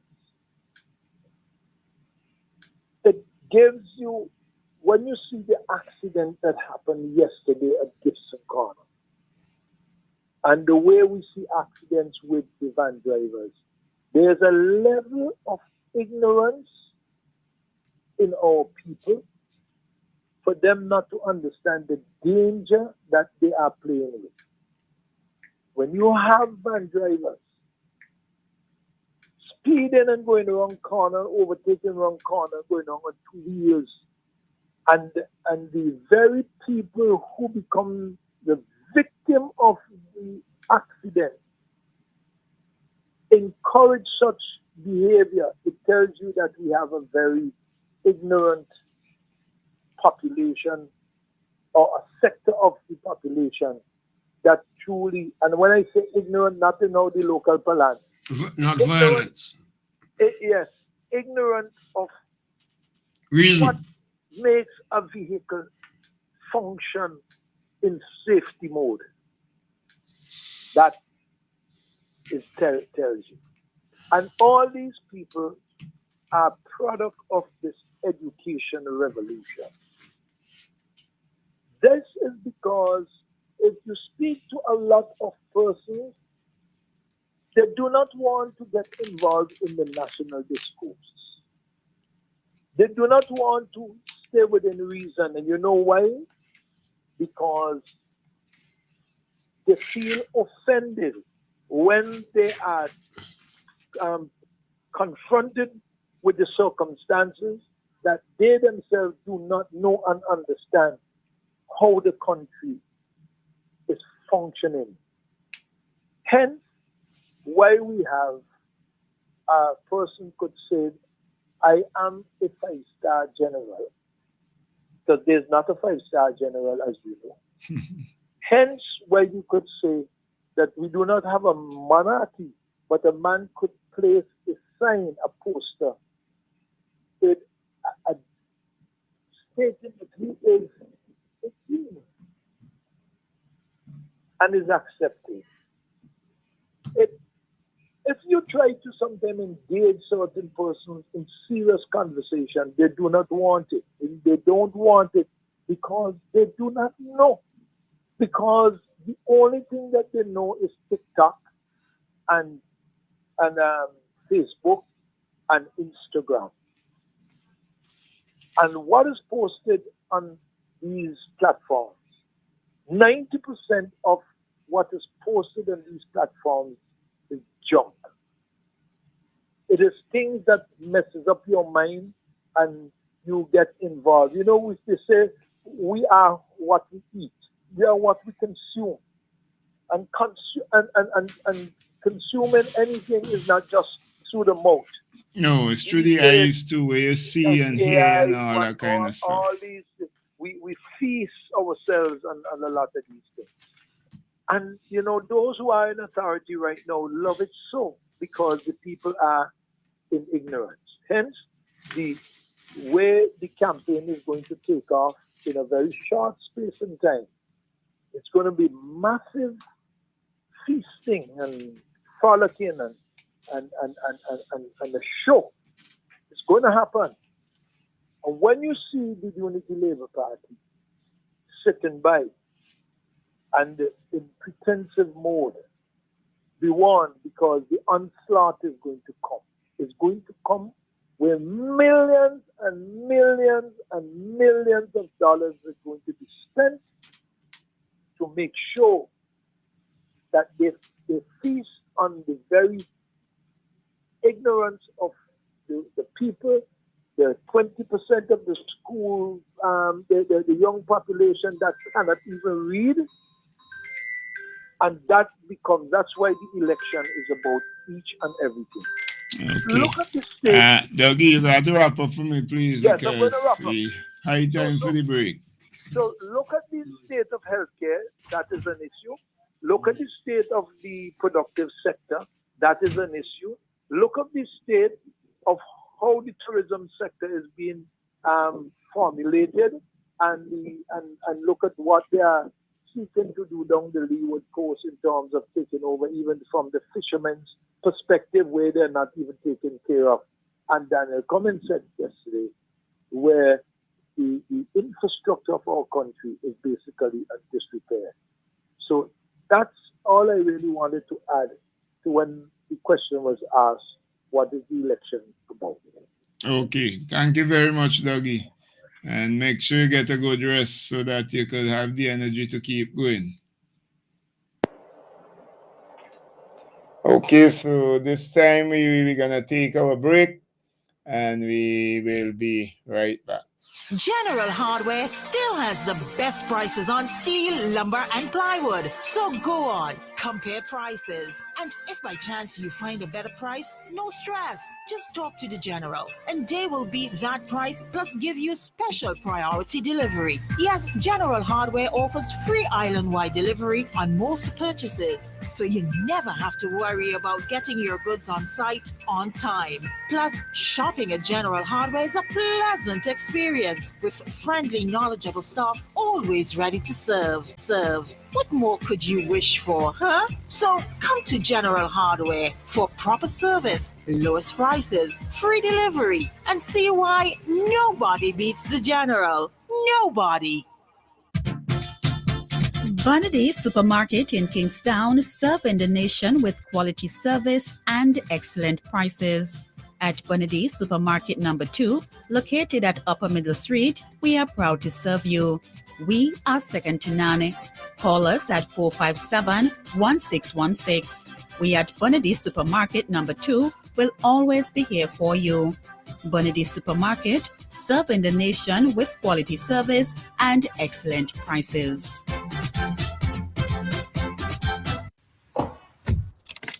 Traffic is backed up on major highways. Oh, I need gas. Good thing there's a Sol nearby. Oh, good, because I really need a drink. We know your time is precious and you have enough detours. Our convenient locations are there to serve you on your way. Enjoy the journey. Choose Sol.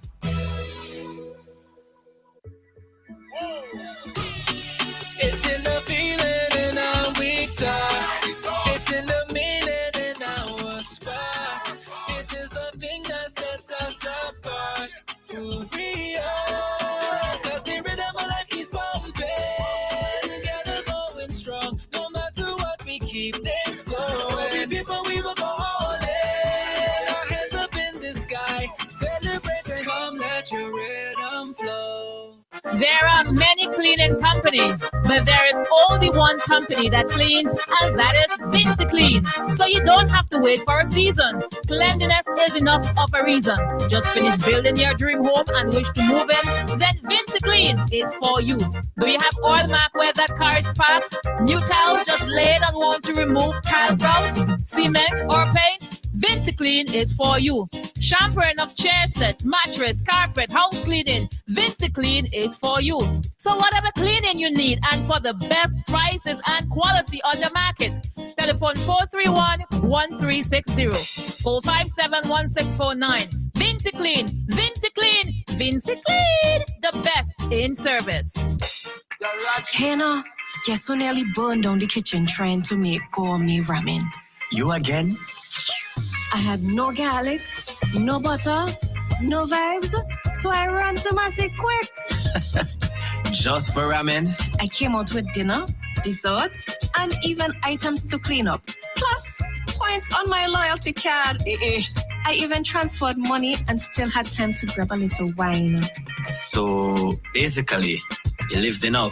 Honestly, with the parking, service, and the WhatsApp updates, I might move in next week. Who else doing it like that? Massey Stores, our family serving your family and your last minute cravings.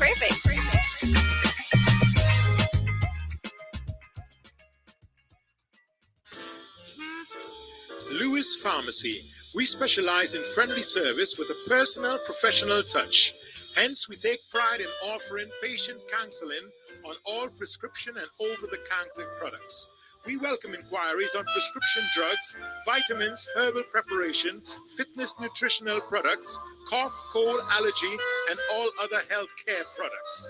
For the convenience of our patients and surrounding community, we are situated uptown opposite the bus stop at Juicy Building. Our opening hours are Monday to Friday, 8:30 a.m. to 5:30 p.m. Saturdays, 8:30 a.m. to 1:30 p.m. Lewis Pharmacy. Get value for your money. Shop at Richardson Motors. Shop at Richardson Motors Limited and enjoy 3 services in one. Hop into our convenience store for a wide array of snacks, drinks, and toiletries. Visit our mechanic shop for specialized treatment for your brakes, exhaust systems, and wheel alignment at our garage. But there's more. When you shop at Richardson Motors, get a free oil change service, clean, high-quality fuel, or shop from a wide range of automotive parts and accessories. We are conveniently located along the Arnesville Main Road. Drive on up. Reliability, convenience, and variety. Richardson Motors is your number 1 stop. CK Graves and Company is the number one supermarket, 100% intention. Intention Supermarket. We've got more of what you're looking for in multiple locations to serve you more and more. In business now for over 50 years, and you will always save by shopping right here. Oh yes, we're number 1. CK Graves and Company, and we are Vincent John, a supermarket for you and me.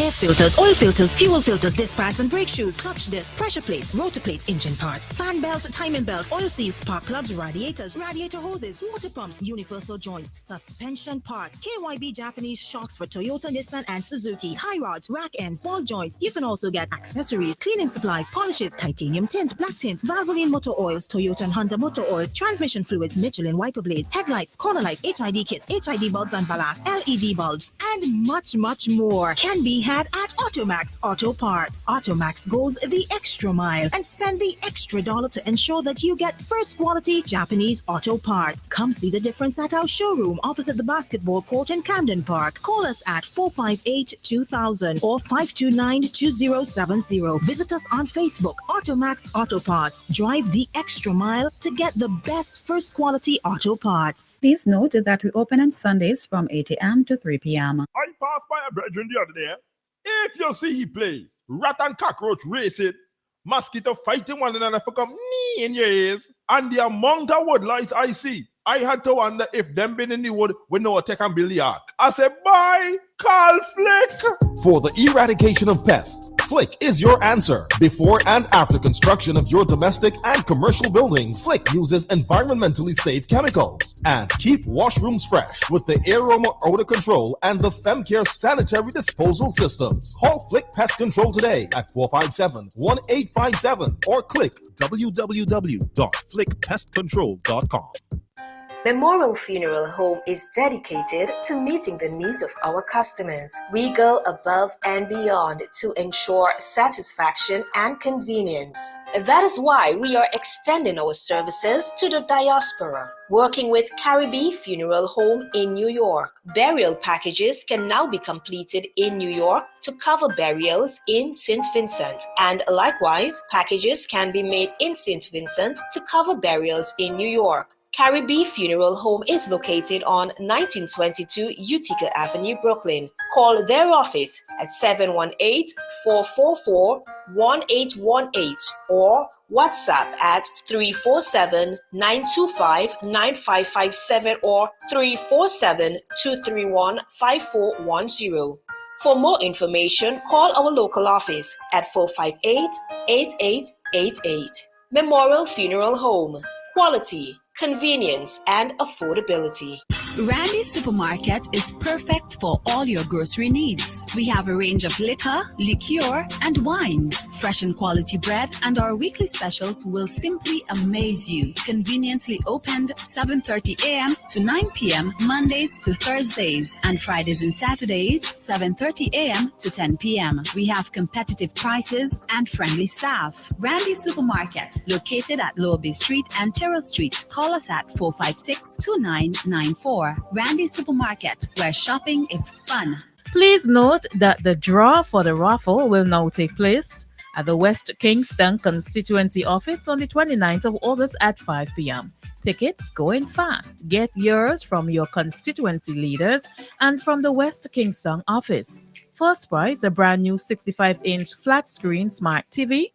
Second prize, an all expenses paid weekend for two in Mustique. And third prize, a grand food hamper. Get your tickets now.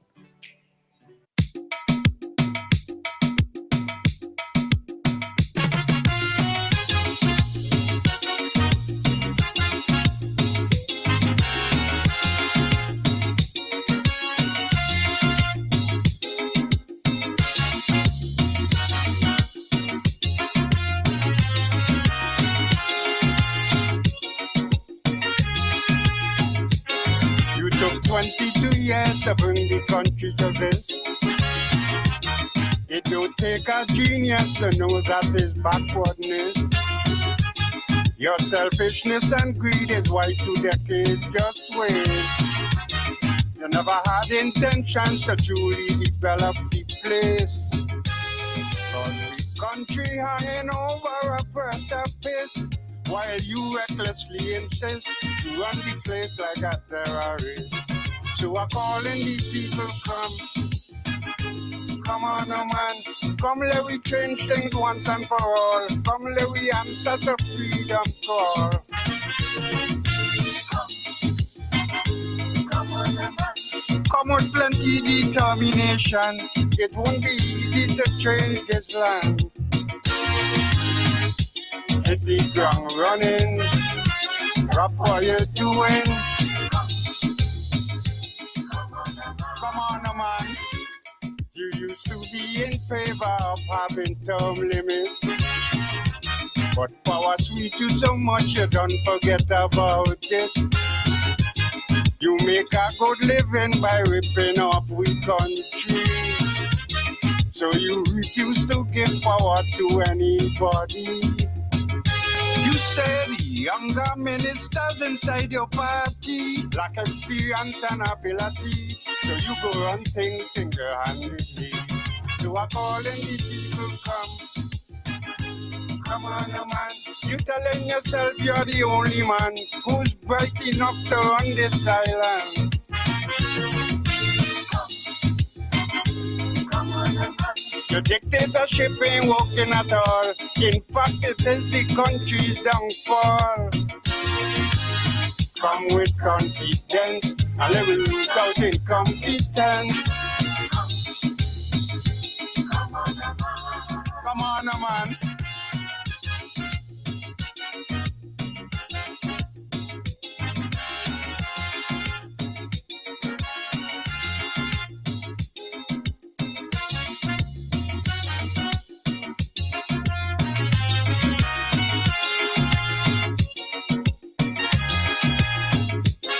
It's a known fact that you have Calypsonians in your crowd. You said our lyrics are disrespectful and raw. But if Calypsonian lyrics are dirty and untrue, you got to blame yourself cause we get them things from you. When it comes to those two things, you do them so well. All them dirty lies you don't tell. Instead of Ralph, you should name Lionel.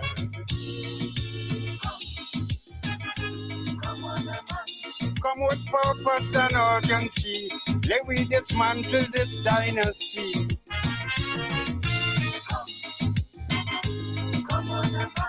Come let we expose the secrecy that been too long plaguing the country.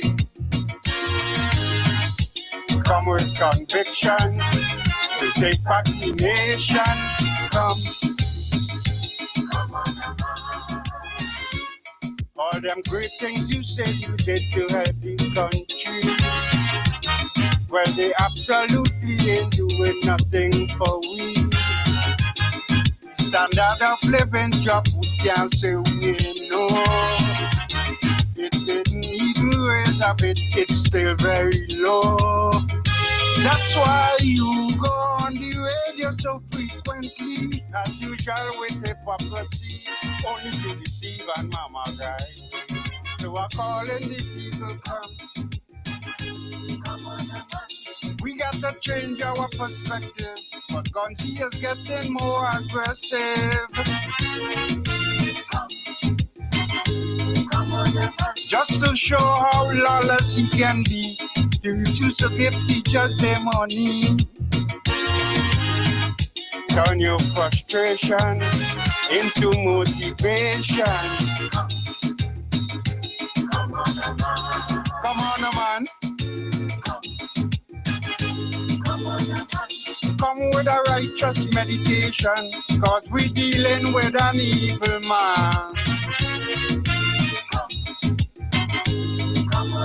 Education no longer priority. The revolution has failed miserably.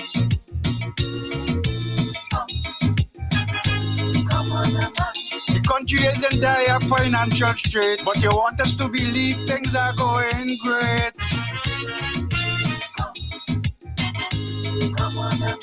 Whenever you desperately need income, you go and you plunder NIS funds.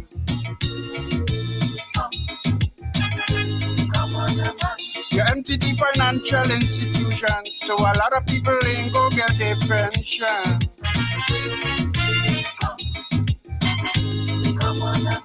Imagine you're calling yourself more boss and running this small country at a loss. Let we do the things that we left and done and get rid of this wicked son of a gun.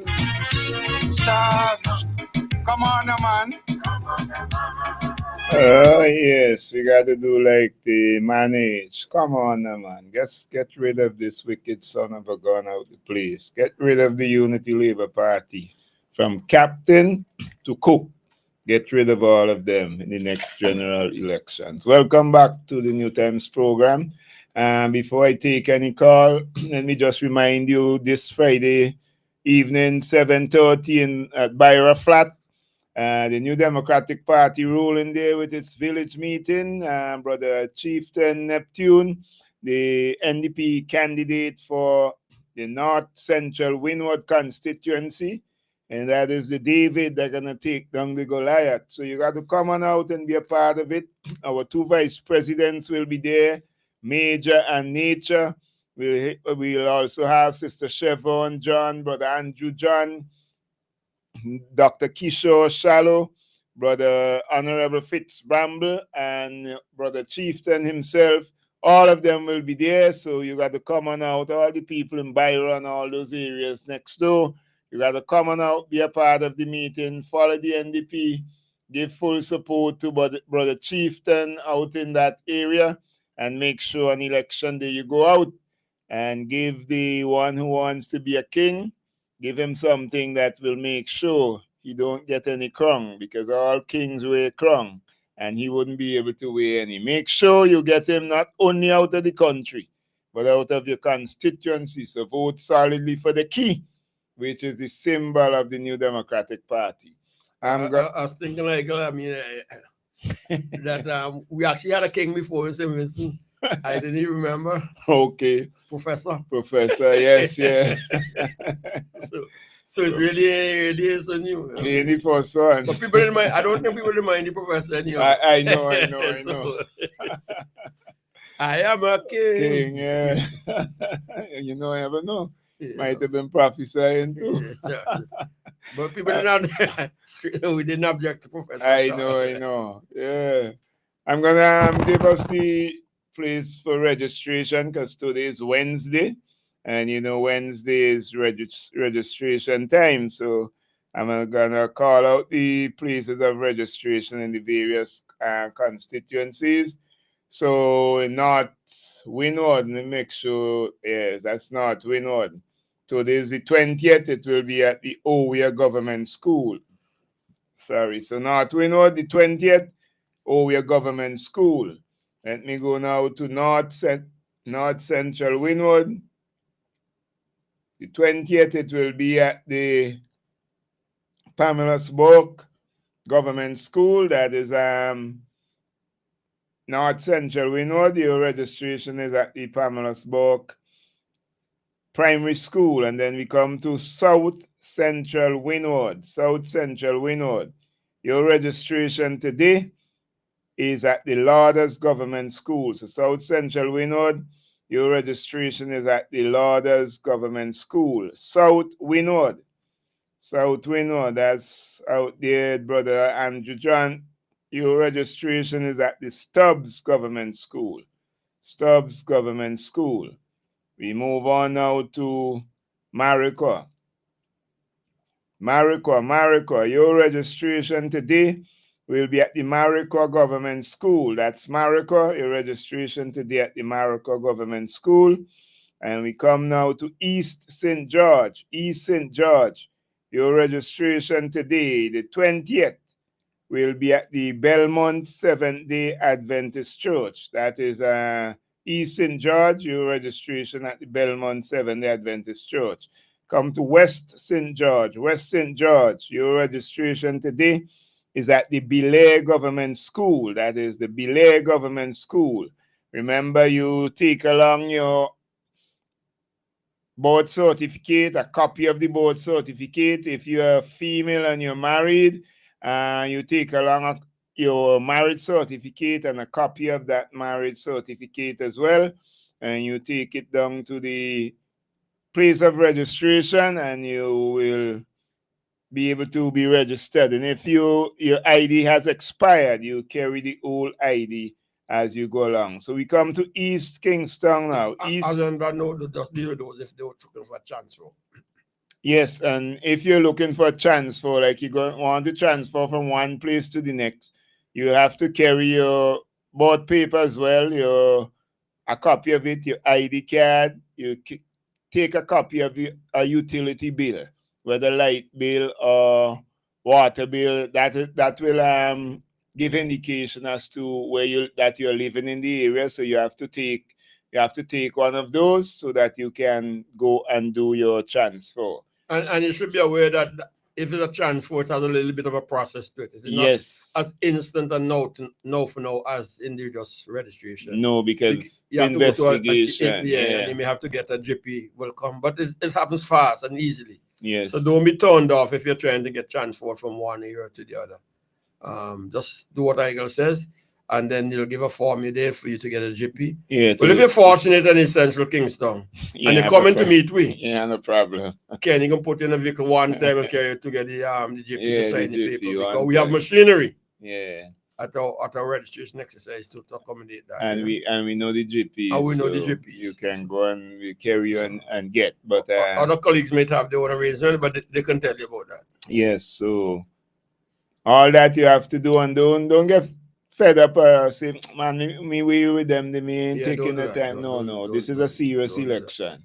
So you have to take things seriously. But remember, you have to do things right. Otherwise, you may end up having people in your space that shouldn't be there. So that is why they have to go through the different things to make sure that you're who you are and you live where you say you're living. So always remember that.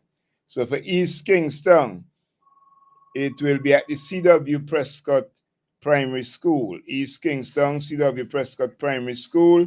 And for Central Kingston, it is at the Lodge Village Government School.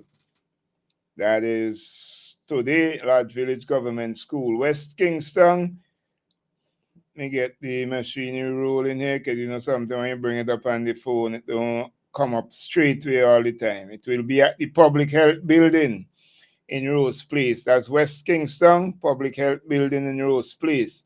Let me go now to South Leeward. South Leeward.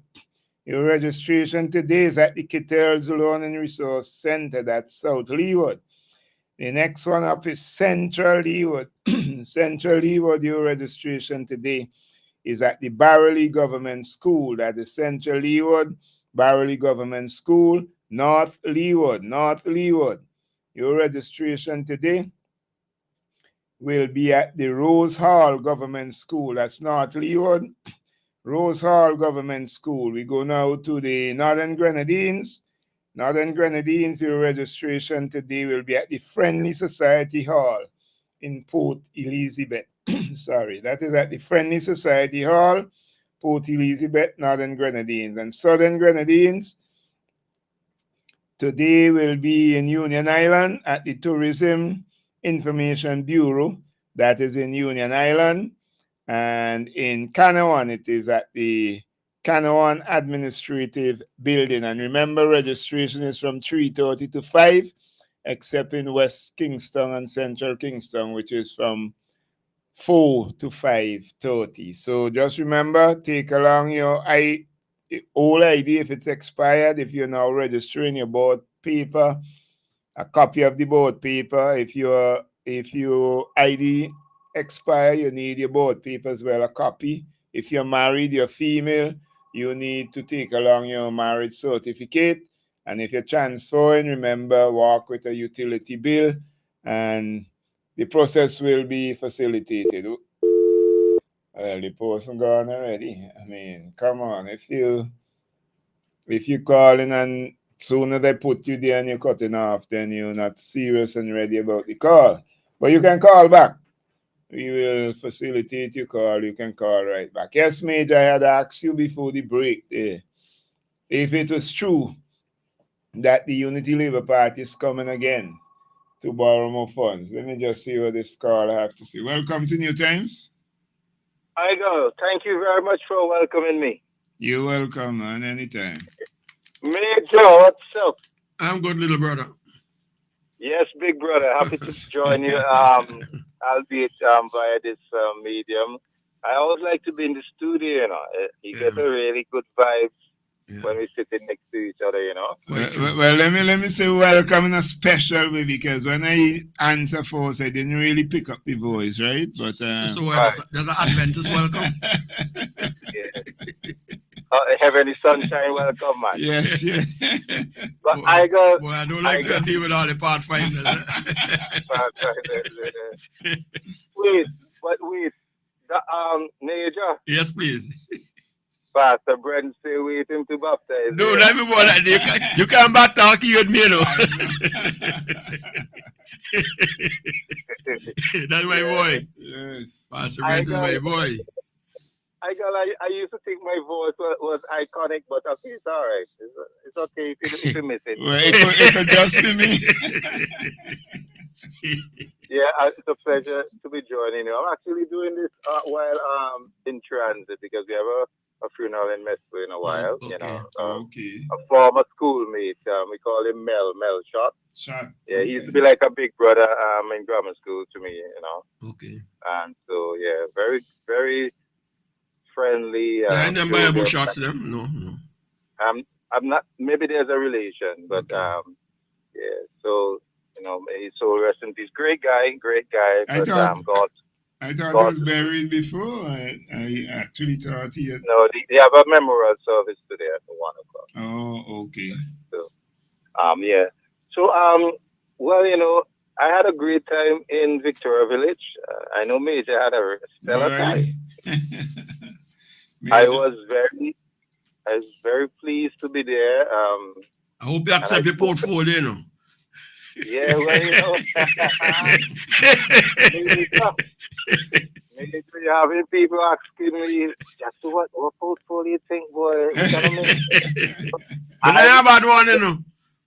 Yeah, I know you drop one on me. It ain't a bad one. Science and technology is a good. No. I mean, it's right up my right up my experience all over the years. But you know, and the amount of digitization that we have to do to get this country going forward. Exactly.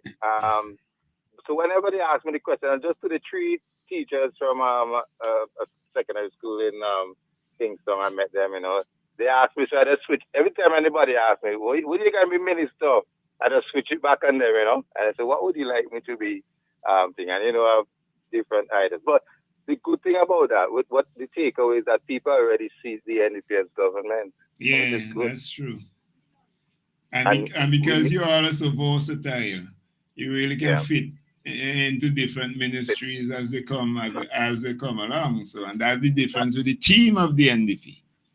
And that's not a light fact, you know. That's a really tremendous fact that I really want the people of St. Vincent and the Grenadines to appreciate more and more. It's already been appreciated, but with full confidence to appreciate more and more the absolute quality that Team NDP brings and will bring to government. And that's why when I was speaking on Teachers' platform, I said, listen, you can be confident and be confident telling your neighbor that, yes, this is the season for change. This is the season for new government.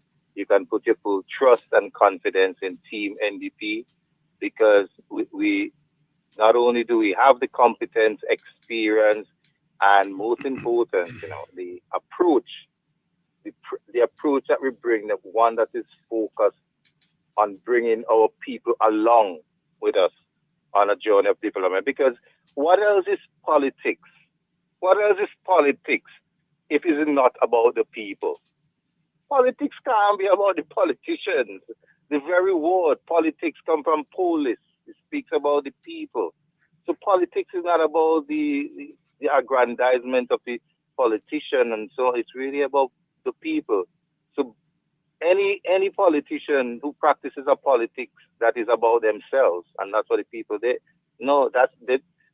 not politics. They're practicing something else. Whether it's hubris or narcissism or self-praise or self-aggrandizement, self-worship.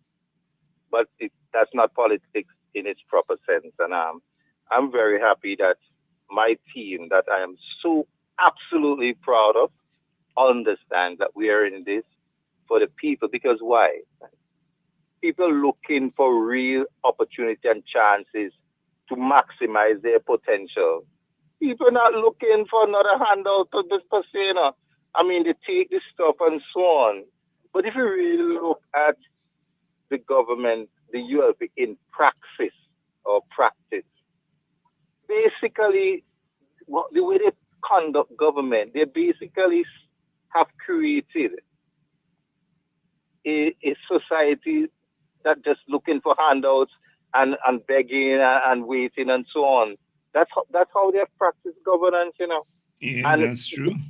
The reason why they practice that is because that is how they see us.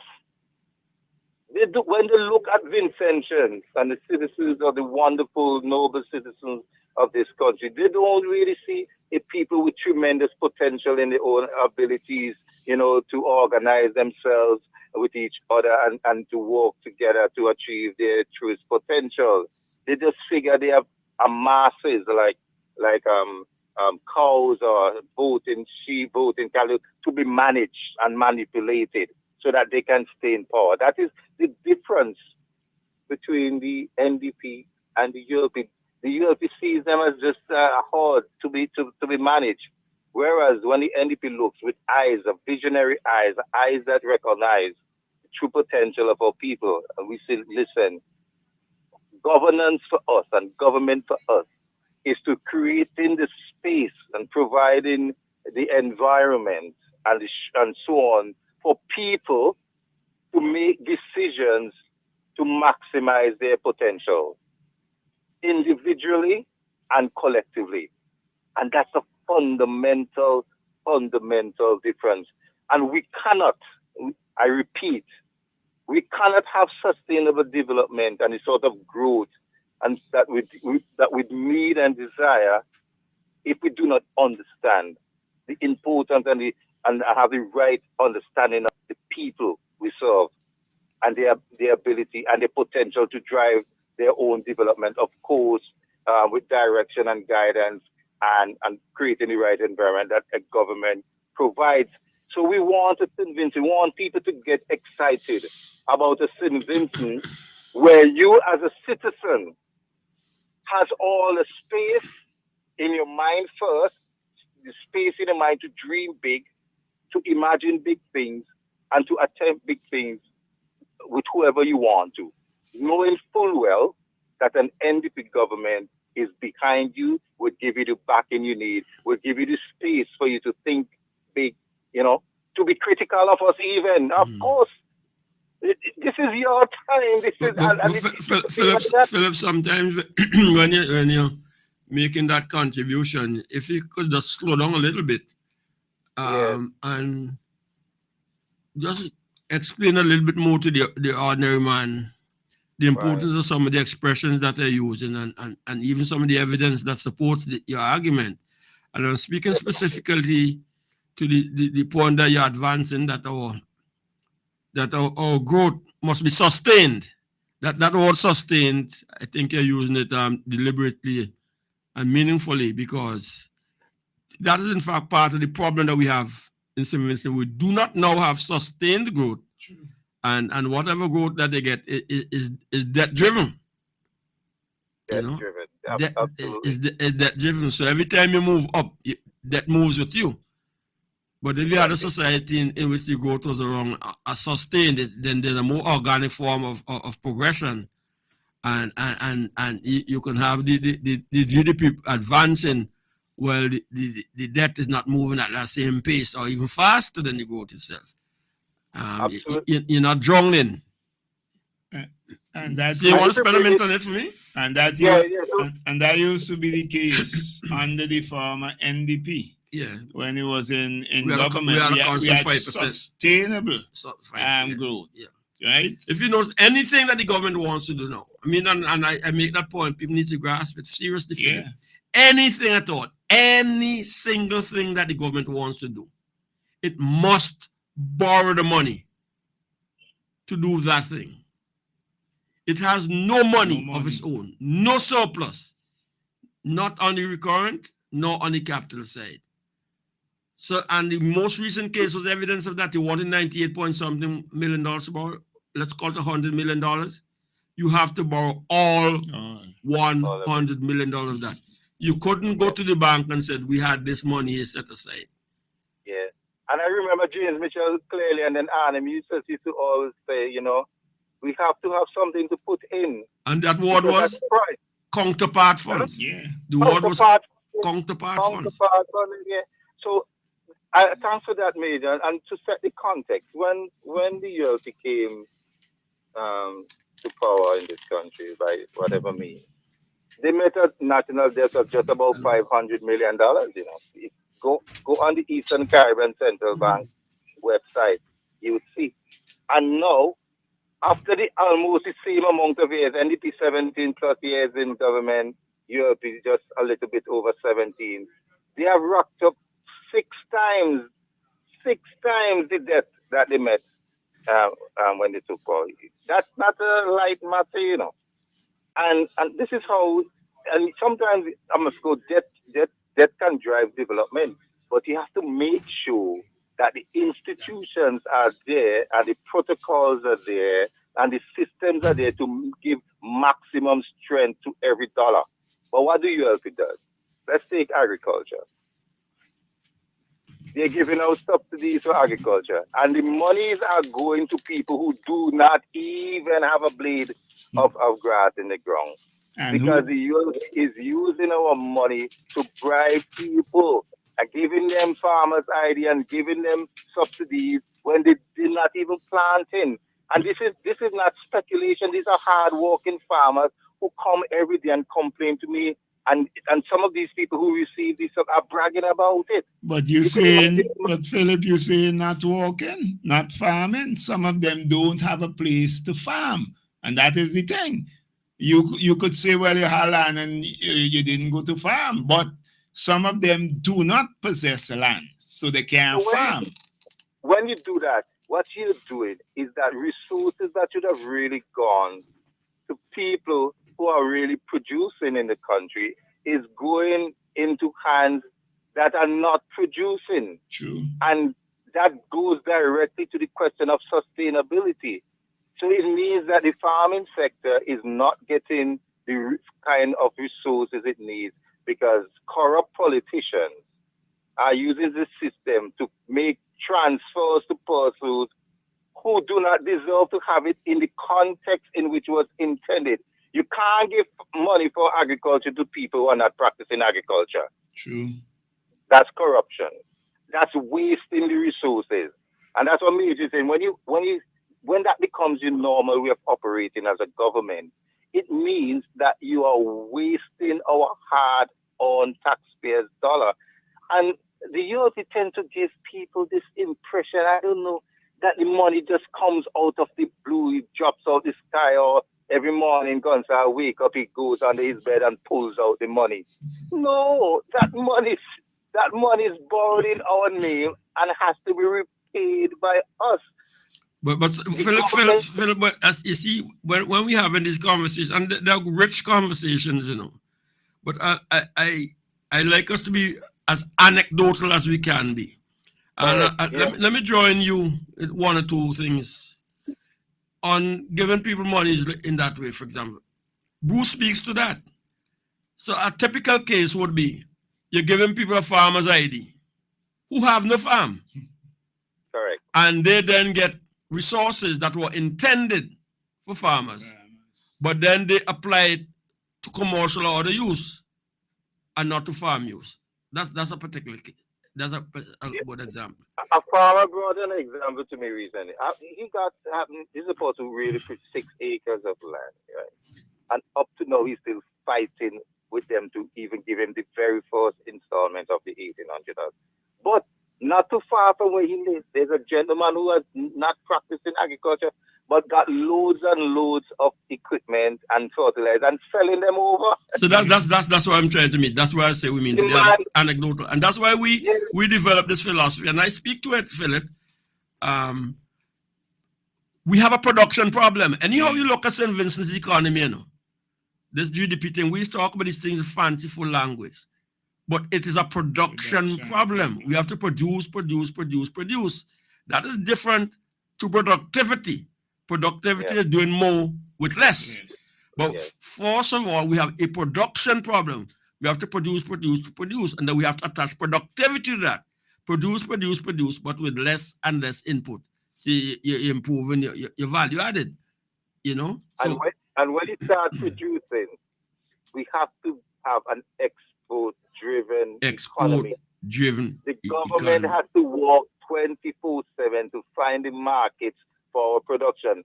Just last week, because farmers produce on the basis of farmers' confidence, market confidence. And it works well. The classic model is still, it can't get away from the banana production model. Yeah. There was a guaranteed market. Yeah. There was a marketing structure. There are people there to manage the marketing.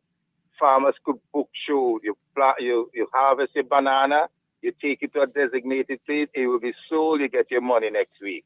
So, and that is what we need to bring back. And that is what the NDP has promised, to make sure that they would focus very strongly on marketing of farmers' produce. Just last week, when I was doing some house to house in a particular here in Marlborough, a farmer met me. He was driving around in his vehicle. I said, "Man, what are you doing here?" And you know what he was doing? He was trying desperately to sell his produce in plastic bags.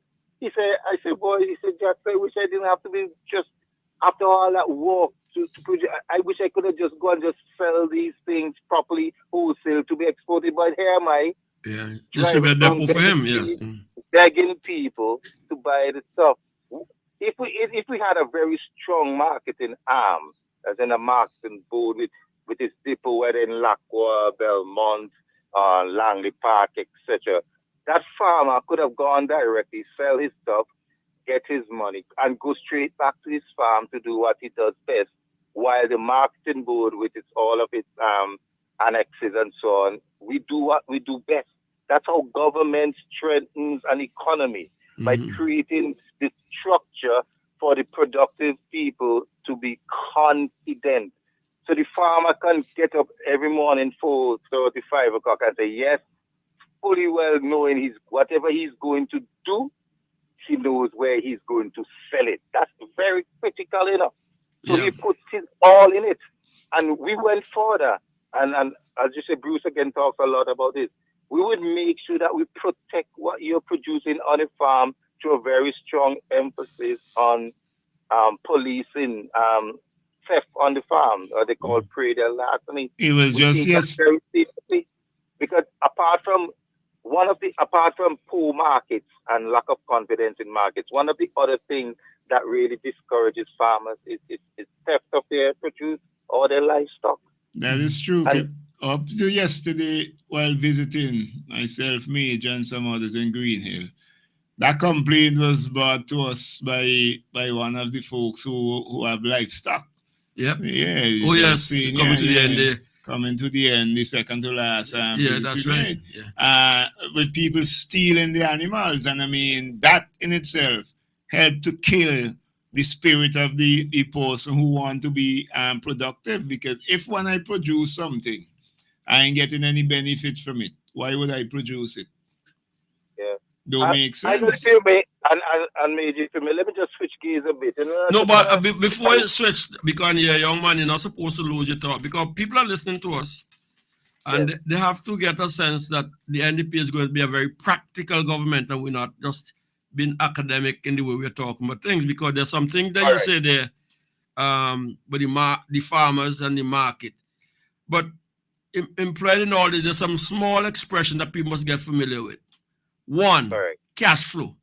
If the farmers are turning over the thing, there's going to be a faster turnover of monies. In economics, they call that the multiplier effect. That the dollar I make Eagle soon quickly becomes Eagle's dollar. Eagle dollar becomes Gypsy's dollar. Gypsy's become Natalie's dollar.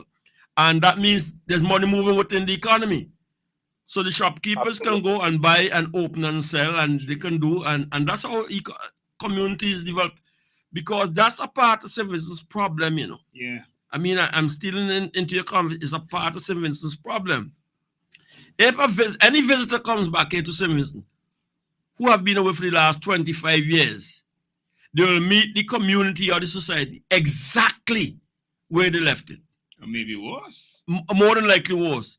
You do not see any physical growth in the community in terms of the shops, the stores, and a lot of things. There's a general degradation. Yeah, many of them are closed. And that's because you don't have an economy. Yeah, and you see that thing with cash flow? With one banana, you know how banana. That's what they did. When farmers go to sell their bananas, that's a lacko and a give it. At the same time, after they go and they collecting last week's payment, right? Yeah. And that money used to be start to spend right at the boxing plant all the way home. Yeah. The shops in Morocco used to be like department stores. Somebody who had some big shops. All over And St. most of that money was spent, and that's what major about the multiplier effect, was spent right in the village to buying goods and services from a whole set of other providers. And that multiplied the money, and we had wealth. We have people had some substance and so on and so forth. And this is what we're talking about, that we need to ensure that we treat agriculture as a well-oiled system with all the components working together, led by a government who's focused on helping people create wealth through their effort and independence, right? And that's what we're trying to put back together, a proper agricultural system managed by competent people with all the parts working there, so you can be confident to invest.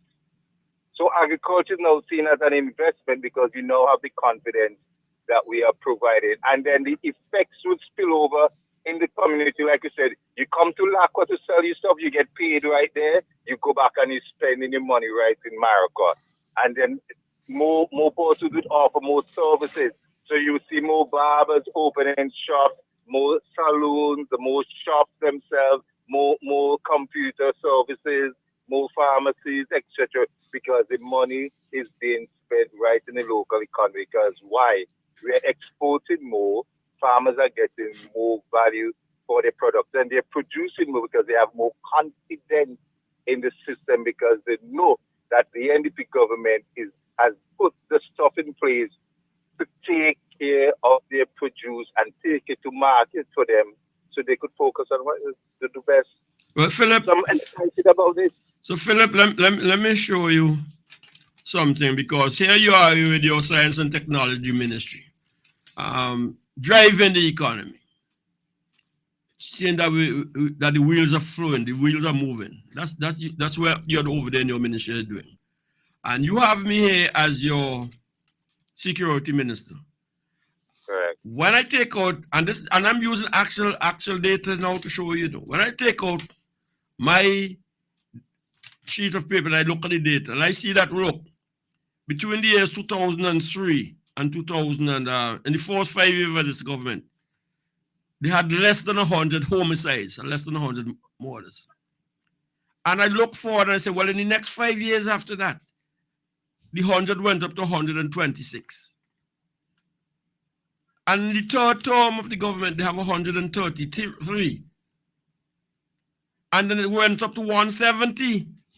And in the current term, right now as they're solving, it's up to 206. It begins to tell me something. As the economy stagnates, as it doesn't grow, crime increase. Crime seems to be increasing. Now, I am not jumping to a cause and effect, but it is, as a scientist, it's an observation that there at least seems to be a causal relationship. And I have to examine further. True. And say, look, maybe the absence of more growth or jobs and opportunities is creating an environment for that negative movement in the society of more homicides. Am I correct, Philip? No, absolutely. And then we start looking for solutions. True. We have to. We can't bury our heads in the sand. Maybe some of these people can be given access to farmlands to grow their own vegetables, to rear their own animals. And not just the farmlands. Go ahead. After they get access to the farmlands, Major, in the new government, which is just around the corner, then we have our technical people do a proper production plan for them. And we think they're taking the production plan, Major, to the development bank. That's right. Or I look across to Kish. Kish, look what's happening here. Is there an opportunity here for the creative arts? These people they're not agricultural minded. They seem not hell bent on fisheries. Do you think any of them are in the cultural arena? Any of them are potential sports or athletics or music or dance or drama? Film animation. Yeah, film. So we start looking out and panning out to see how we can begin to give them alternative lifestyles.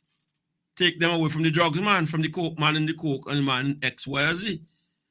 And Major, I think Kish, one of the first things Dr. Shallow would say, listen, all equipment for the production of media, whether music, animation, etc., for a period of time, duty free. Let the people bring in the equipment and start working and collaborating. There you go. He will go to the Minister of Finance and say, this is how you build a sector. This is how you build a sector, because we need the people to have the right type of equipment, the latest technology, working together, and we're going to create a space for that. So science and technology will be complementing the creative sector, because we talk about our innovation hubs that we'll be building around the country that will be open 24/7 with powerful computers and all the right type of programs, so people could come and collaborate with each other to produce content for the global internet. If you have an idea at 2:00 in the morning, you could and you could head down there with your buddies and you could walk on it. 1 o'clock, 24/7, you could be walking and collaborating at our innovation hub and creating content to be sold to a global audience. So this is why these conversations are rich, because what Phillips is talking and rightfully speaking about, and which we have to take the time out to explain to people, because they have this kind of thing, all of you the same, all you just knock up and knock head and knock glass and blah, blah, blah, blah, blah, blah. It is not so. He is filling out and showing us when and where a society genuinely starts becoming transformational, when we are changing form, changing direction in a progressive way. And that's where we have to go. True. Because the alternative to that is what we have now. No, definitely. Which is really a transactional society. Everything that the government gives a handout is in exchange for something, for a vote. Exactly. Vote and their content. Not just vote. Right. They want people to give up their ability to think and their consciences for pittance. That's what. So they must prefer handout than hand up. They don't want to pull people up and put them on a platform to be independent. They want to keep you in a state of dependency. And I'm very thankful you were able to push the conversation into the more. Well, you could raise it for cabinet meeting next week, Philip. That's I'll be glad to be in there when you're speaking to Dr. Friday. Get it in on the cabinet. and also Major and Philip.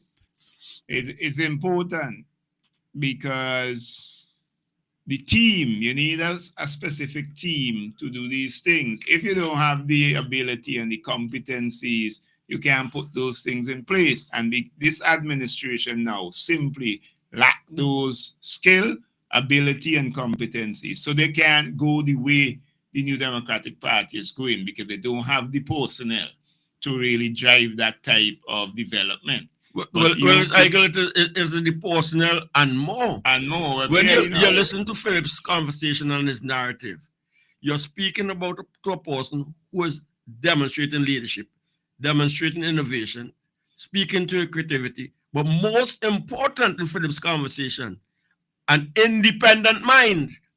And that would only function in an arena of fertility, where people are promoting that and encouraging that. Yeah. What you have in the Unity Labour Party, is a genuflection, a maximum leader. And the rest of his cabinet members are so of slavish in mentality they either think, plan, or do in anticipation that this is what the commodity want. They lose their independence of thought. Absence of creative, there are no creative juices. None. Yeah. They're dried up. And Major, you know why that is even more dangerous? Because it falls to the journey sector. Gonzalez models and thoughts and development are way outdated, you know. I'm telling you. But Joshua would be good for Joshua's time when they were finding the colonialists. I'm telling you, when you really sit down, and I'm a development practitioner who have worked regionally, internationally in the area of development, science, technology adoption, digital. And when you really look at the man and understand his understanding of the world is really backward. It's outdated. And therefore, then if everybody's journey into that, it means rightfully you're putting things into decades behind our neighbors. And we are decades behind them. Over and over again. He would have functioned well in the 1960s and before that, the 50s, 60s. I'm not going to go too far beyond that. I'm not going to go too far beyond that. He's pre-stated. And his basic message to the whole of Swindon, you're talking about brilliant people in this structure. Oh, I am enough for all of you. Don't worry, I am the great explainer. As long as I explain it, that is the way it is. It's not what your intelligence tells you it is. It's not what your conscience tells you it is. No, it is what I tell you. I am enough for all of you. Backward, regressive, anti-progressive. Yeah. And the funny thing, he wishes to be named as the greatest progressive person. How could you? And when all of your actions is about grinding people, dehumanizing them, taking away their independence, taking away their ability to work on their own best interests. That's anti-progressiveness. That is, and you want to be crowned as a great progressive with your stick to you, crowned as a king. Because you see, and these things, I mean, this conversation is so rich because these things have not exemplary, but they have evidential support, you know, that because we don't have or we do not promote or encourage or facilitate a worldview of things, especially among our young people, we try to keep them domesticated, right? Fenced in to this 150 square miles.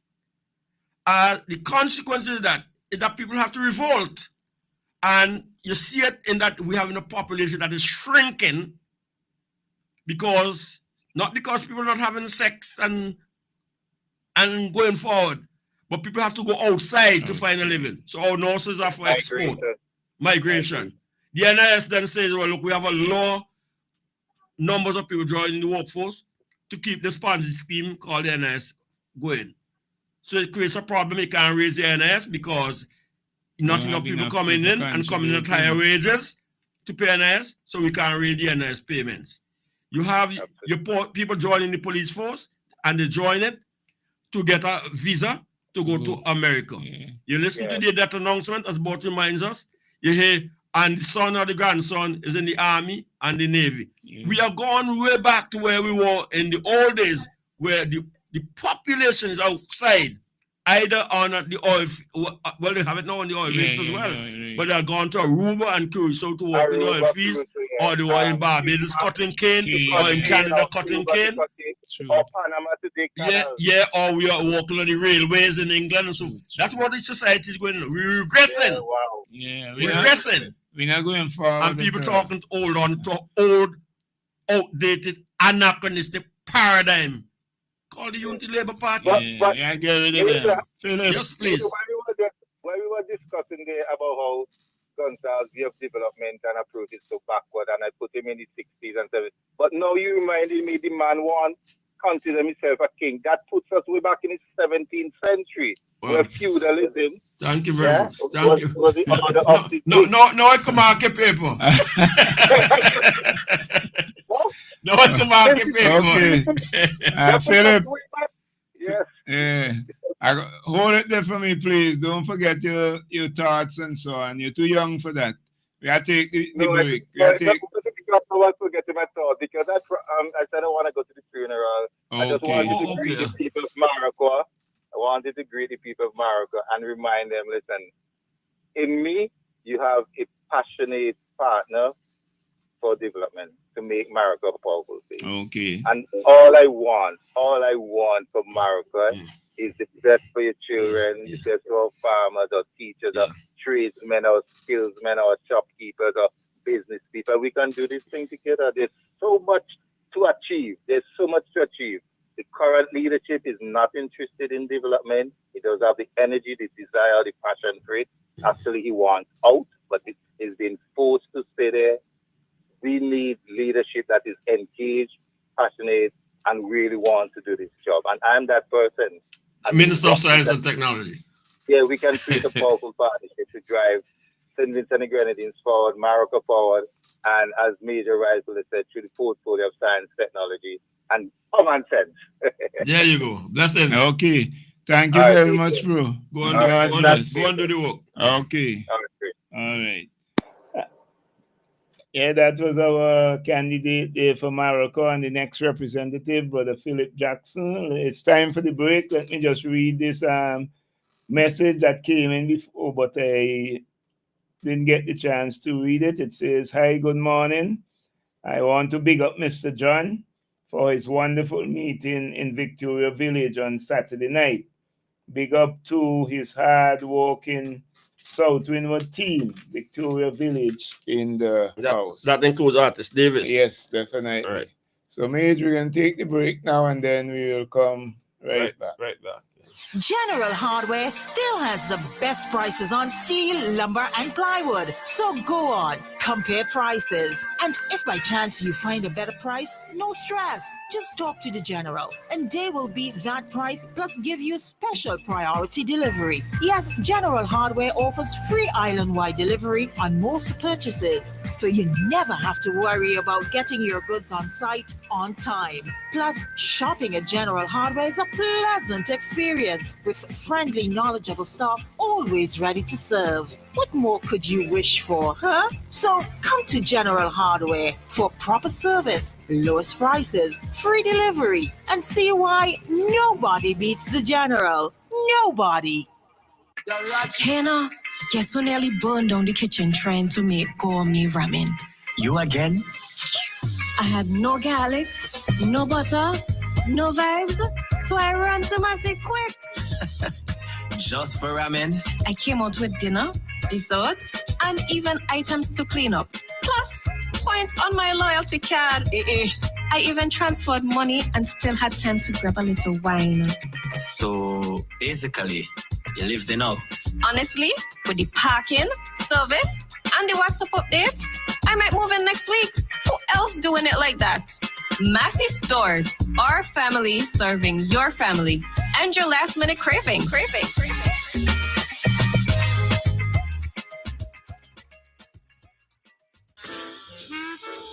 Lewis Pharmacy. We specialize in friendly service with a personal, professional touch. Hence, we take pride in offering patient counseling on all prescription and over-the-counter products. We welcome inquiries on prescription drugs, vitamins, herbal preparation, fitness nutritional products, cough, cold, allergy, and all other healthcare products. For the convenience of our patients and surrounding community, we are situated uptown opposite the bus stop at Juicy Building. Our opening hours are Monday to Friday, 8:30 a.m. to 5:30 p.m. Saturdays, 8:30 a.m. to 1:30 p.m. Lewis Pharmacy. Shop at Lanes where you come first.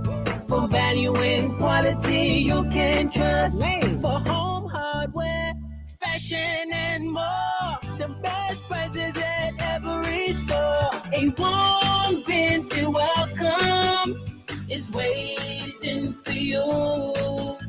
At Lanes, your family store for value. Randy Supermarket Supermarket is perfect for all your grocery needs. We have a range of liquor, liqueur, and wines, fresh and quality bread, and our weekly specials will simply amaze you. Conveniently opened 7:30 a.m. to 9 p.m. Mondays to Thursdays, and Fridays and Saturdays 7:30 a.m. to 10 p.m. We have competitive prices and friendly staff. Randy Supermarket, located at Lower Bay Street and Terrell Street. Call us at 456-2994. Randy Supermarket, where shopping is fun. There are many cleaning companies, but there is only one company that cleans, and that is VinceClean. So you don't have to wait for a season. Cleanliness is enough of a reason. Just finish building your dream home and wish to move in? Then VinceClean is for you. Do you have oil mark where that car is parked? New tiles just laid and want to remove tile grout, cement, or paint? VinceClean is for you. Shampooing of chair sets, mattress, carpet, house cleaning. VinceClean is for you. So whatever cleaning you need and for the best prices and quality on the market, telephone 431-1360, 457-1649. VinceClean, VinceClean, VinceClean, the best in service. Please note that the draw for the raffle will now take place at the West Kingston Constituency Office on the 29th of August at 5 p.m. Tickets going fast. Get yours from your constituency leaders and from the West Kingston office. First prize, a brand new 65-inch flat screen smart TV. Second prize, an all expenses paid weekend for two in Mustique. And third prize, a grand food hamper. Get your tickets now. Introducing Kitty Care Plus Picoactin Syrup and Mimglobin Liquid from Maya Organics PVT Limited. Kitty Care Plus is an optimum nutrient for growing children. It promotes physical growth and enhances intellectual performance. Picoactin Syrup has a synergistic combination of cyproheptadine and B vitamins that help to improve appetite and body weight. And Mimglobin Liquid helps to optimize growth and builds immunity. Get yours today. Kitty Care Plus, Picoactin Syrup, and Mimglobin Liquid. Available at leading supermarkets and pharmacies. Agent Bowman's Pharmacy. Call 456-2235. Flo's prepaid customers can now unlock big bonus rewards like bonus data, prizes, and more every time you activate a 3-day prepaid plan or launcher. Activate a plan, then scratch to reveal your bonus data. Plus, get points for extra prizes. The more you activate, the more bonus data and prizes you can win.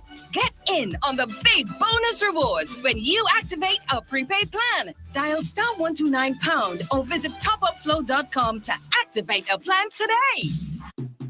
CK Graves and Company is the number one supermarket. 100% intention. Intention Supermarket. We've got more of what you're looking for in multiple locations to serve you more and more. In business now for over 50 years, and you will always save by shopping right here. Oh yes, we're number one. CK Graves and Company, and we are Vincent John's, a supermarket for you and me. Get value for your money. Shop at Richardson Motors. Shop at Richardson Motors Limited and enjoy 3 services in one. Hop into our convenience store for a wide array of snacks, drinks, and toiletries.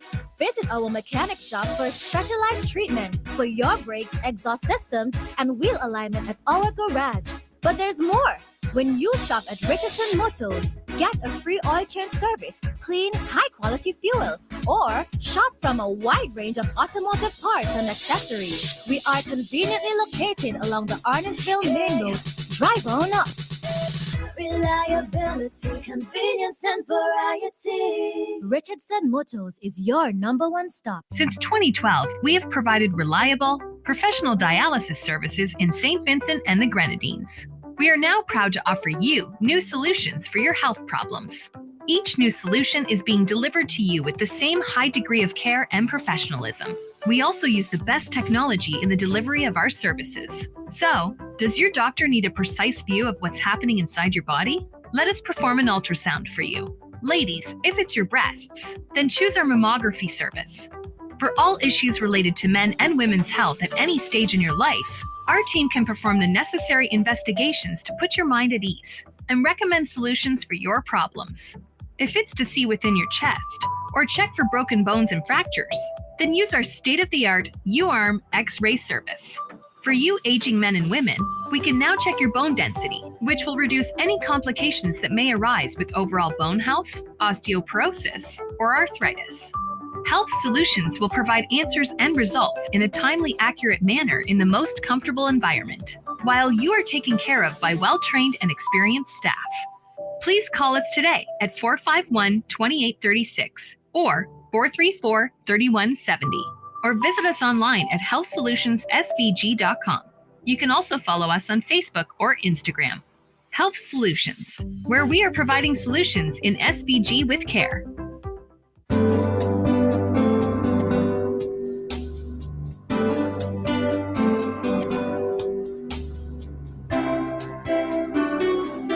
We would like to say that Captain Bligh XO Aged Rum is the best rum in the world. And now we can. Voted the world's best rum at the World Rum Awards 2014, Captain Bligh XO Aged Rum. World class in a glass. Bonady Supermarket in Kingstown, serving the nation with quality service and excellent prices. At Bonady Supermarket number 2, located at Upper Middle Street, we are proud to serve you. We are second to none. Call us at 457-1616. We at Bonady Supermarket number 2 will always be here for you. Bonady Supermarket, serving the nation with quality service and excellent prices.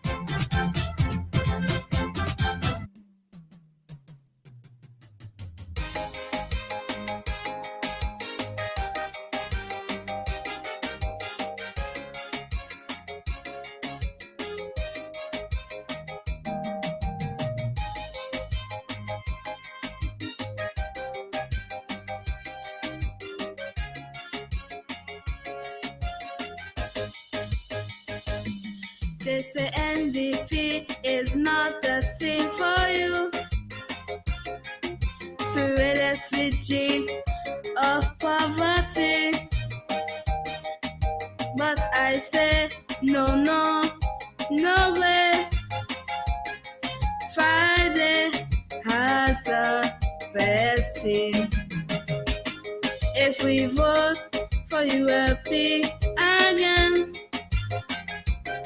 our children's lives will be at stake, because ULP don't care for us.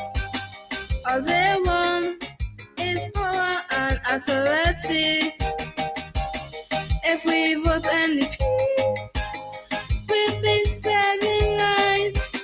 So let's come together and vote NDP. Let's vote NDP, 'cause together everyone will achieve more. Let's vote NDP for progression and not segregation. 'Cause now is not the time for separation. But I silent speaking and manipulation. And let's vote NDP, vote NDP for a better SVG.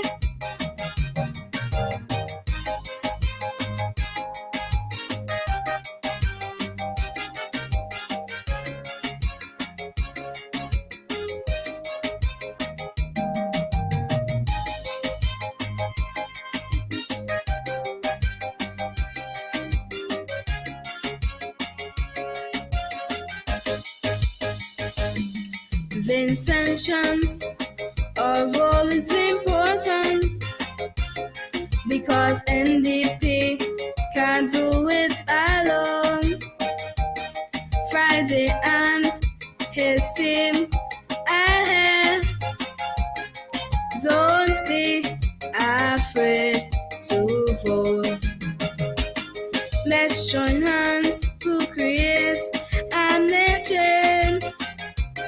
We don't have to be against each other. So let's give NDP the support they need. Be it country, tongue or grenadines. If we choose them now, our future won't crumble. So let's be a team and vote NDP. Let's vote NDP, 'cause together everyone will achieve more. Let's vote NDP for progression and not segregation. 'Cause now is not the time for separation. But I started speaking and not manipulation. And let's vote NDP, vote NDP for a better SVG.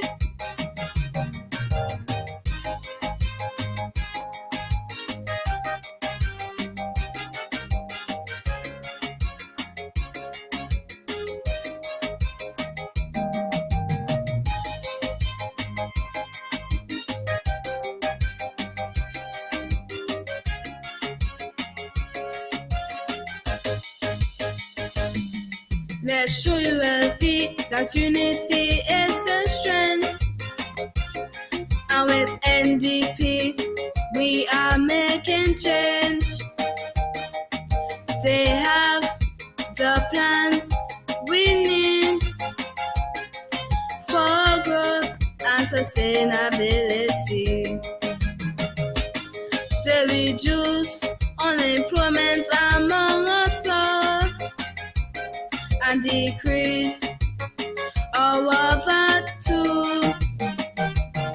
It will be timely, but yet effective, 'cause they are appreciating sanctions. They will be innovative and build SVG. So let's plan together with NDP. Let's vote NDP, 'cause together everyone will achieve more.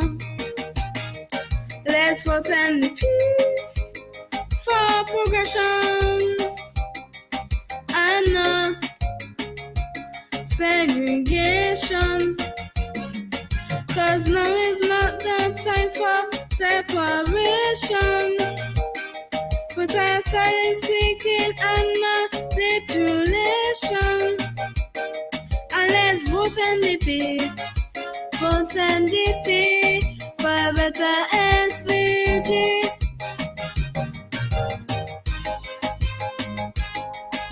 Every vote is important, but every Vincentian is more important. So Vincentians, come together and choose Friday and his team to get SVG working again.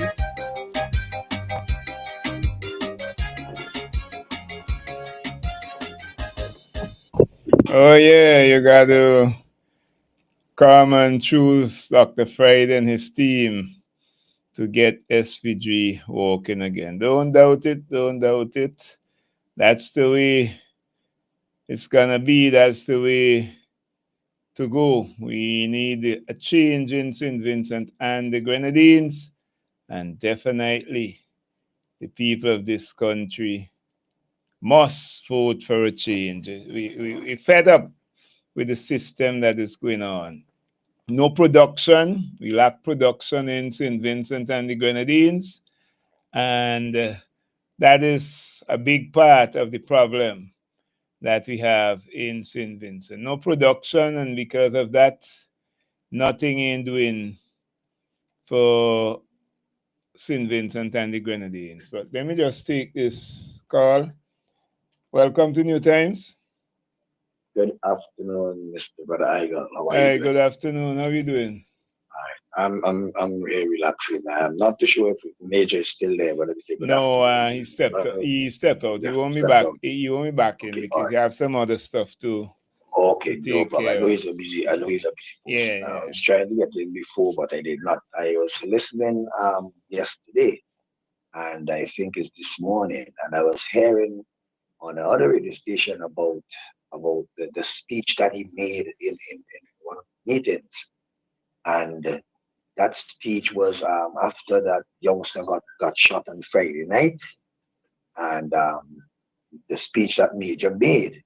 It was like a speech of a nation, and it was speaking about that speech of how we went about doing it and so on. I was hoping to say that I didn't hear it, but listening to what coming from people who was talking about it, I would like to hear that speech play back again But because if that is you such. could go on Facebook and get them, and that is. Oh, I didn't know that. Okay, well I will have to look. I'll Yeah, have to look it up. that's there. But The I got speech is there. I one of think I one of the might be things. on my phone, so I might just send it off for you if I Okay, fine, think. But you could fine. look on Facebook and it's there. Go and Okay, fine. But okay, fine. But one of the things that I've been listening to this morning, I've heard one of the supporter of the raging government right now be speaking, and one of the things that I've been talking about how education and what stepped up and what and what. Yes, we have moved into to more where we have cell phone and more technology and all these sort of things well, now, that doesn't have which we will anything expect really it, to do with which we will that don't exactly have which we will anything to do expect with the it. government. But That's just a I something want in the to wall. exactly, and I wanted to ask you, slip me, are we having more people, more students in school now? Or are we having more dropouts? Are we having more dropouts? If you go back 25 years and way back before 25 years from now, where we had children in school and seeing the way that they're progressing and moving up and to know, concerning to know. I see a lot of children now going to school and we are hearing it already, and you guys talk about it.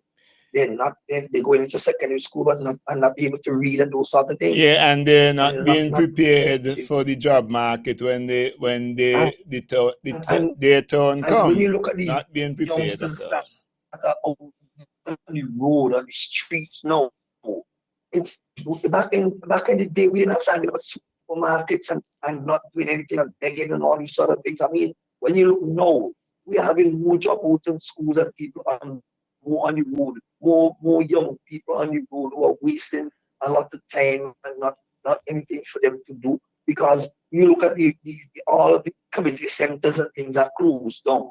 We don't have much Sunday school, people going to Sunday school again. We don't have that as much.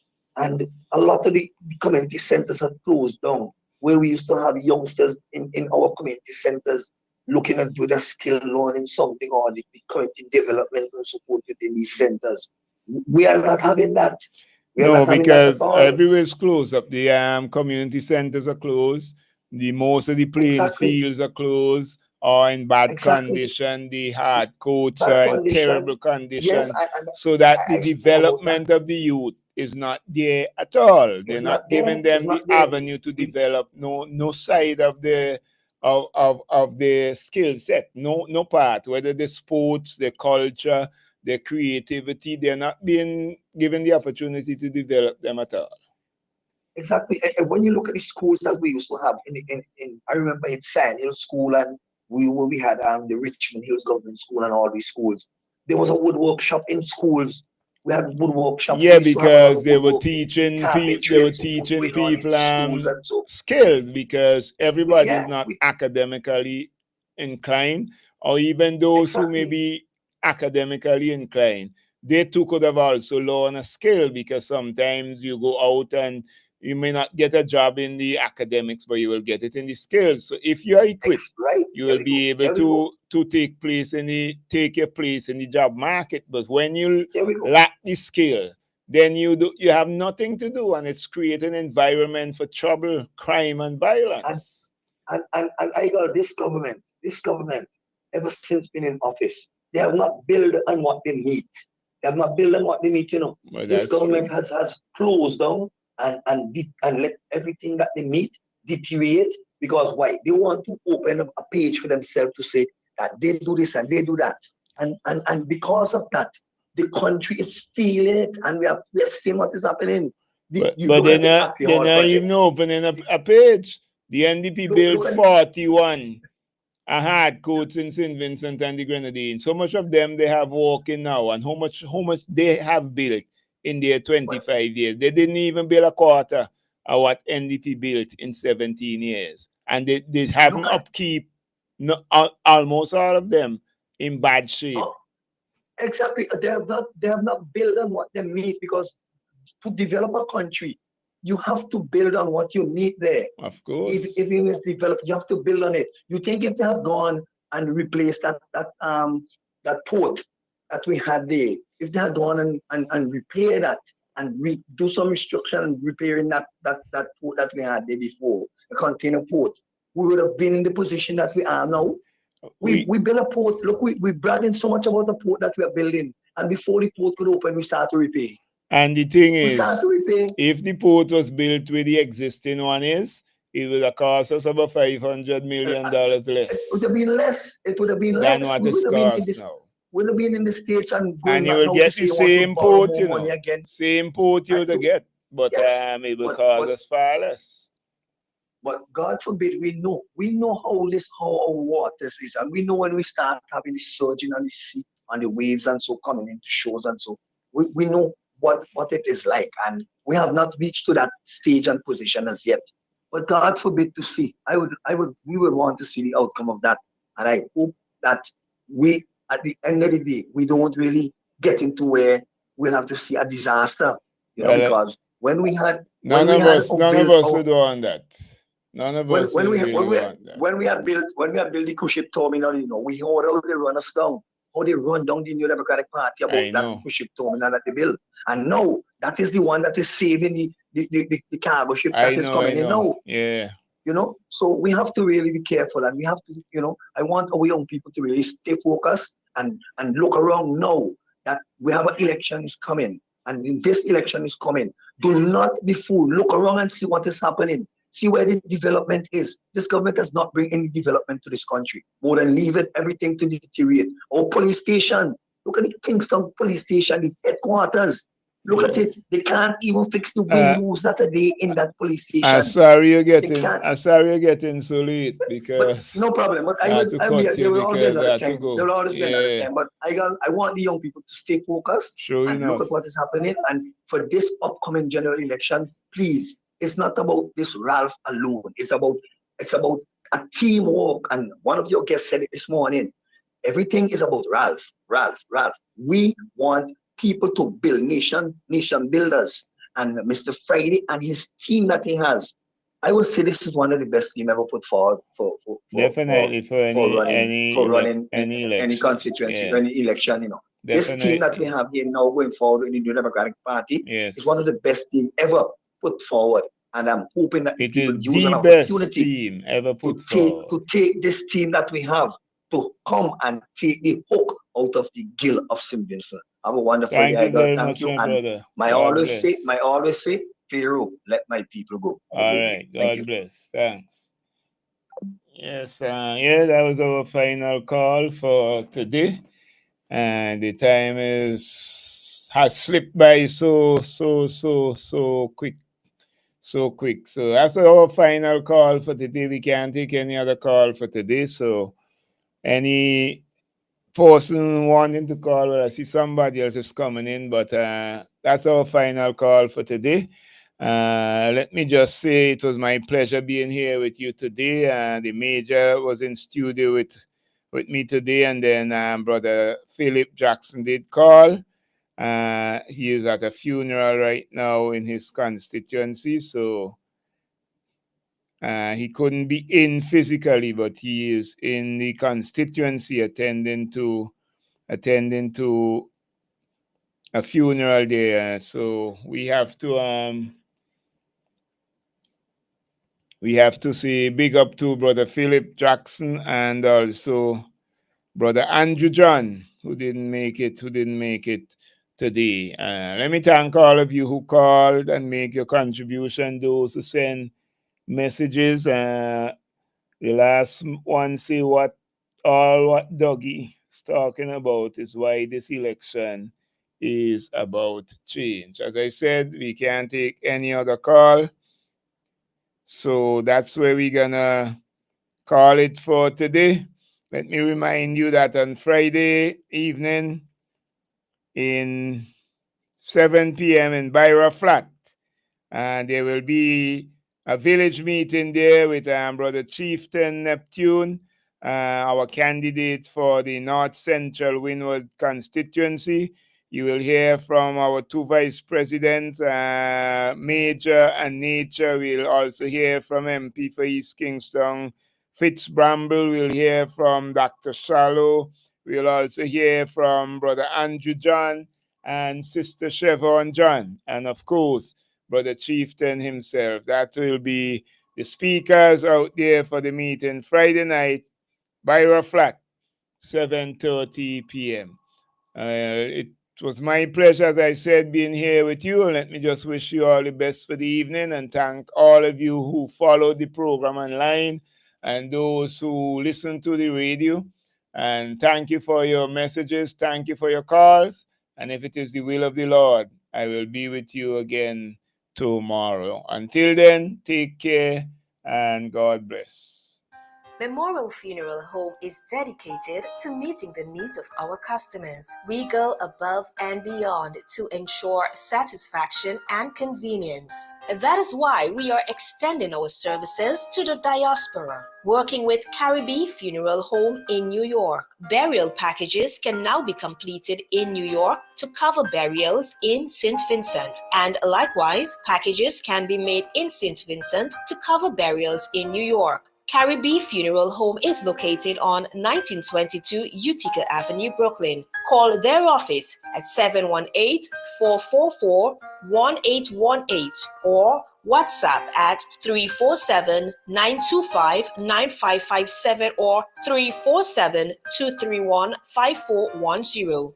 For more information, call our local office at 458-8888. Memorial Funeral Home. Quality, convenience, and affordability. A tradition of trust, a promise of quality. Transform your home with District Stairs SVG's Homeowners Trust Program. Renovate your kitchen, bathroom, flooring, or living space hassle-free. No interest, no hidden fees, just trust. Here's how it works. Free consultation. Start with a free consultation to discuss your renovation goals and receive a customized plan. Pay a deposit up front. Secure your renovation with an initial deposit. Flexible installment plans. Pay the remaining balance in manageable installments tailored to you. Your vision brought to life. Experience a seamless transformation of your home with trusted craftsmanship. Let's bring your dream home to life together. Call us at 1-784-456-7649. Email districtstairs.svg@gmail.com or visit us in the Russell Shopping Center at Stony Grounds. Bonady Supermarket in Kingstown, serving the nation with quality service and excellent prices. At Bonady Supermarket number 2, located at Upper Middle Street, we are proud to serve you. We are second to none. Call us at 457-1616. We at Bonady Supermarket number 2 will always be here for you. Bonady Supermarket, serving the nation with quality service and excellent prices. Flo's prepaid customers can now unlock big bonus rewards like bonus data, prizes, and more every time you activate a 3-day prepaid plan or launcher. Activate a plan, then scratch to reveal your bonus data. Plus, get points for extra prizes. The more you activate, the more bonus data and prizes you can win. Get in win on the big bonus rewards when you activate a prepaid plan. Dial *129# or visit topupflow.com to activate a plan today. Get value for your money. Shop at Richardson Motors. Shop at Richardson Motors Limited and enjoy 3 services in 1. Pop into our convenience store for a wide array of snacks, drinks, and toiletries. Visit our mechanic shop for specialized treatment for your brakes, exhaust systems, and wheel alignment at our garage. But there's more. When you shop at Richardson Motors, get a free oil change service, clean, high-quality fuel, or shop from a wide range of automotive parts and accessories. We are conveniently located along the Arnesville Main Road. Drive on up. Reliability, convenience, and variety. Richardson Motors is your #1 stop. Hannah, guess who nearly burned down the kitchen trying to make gourmet ramen? You again?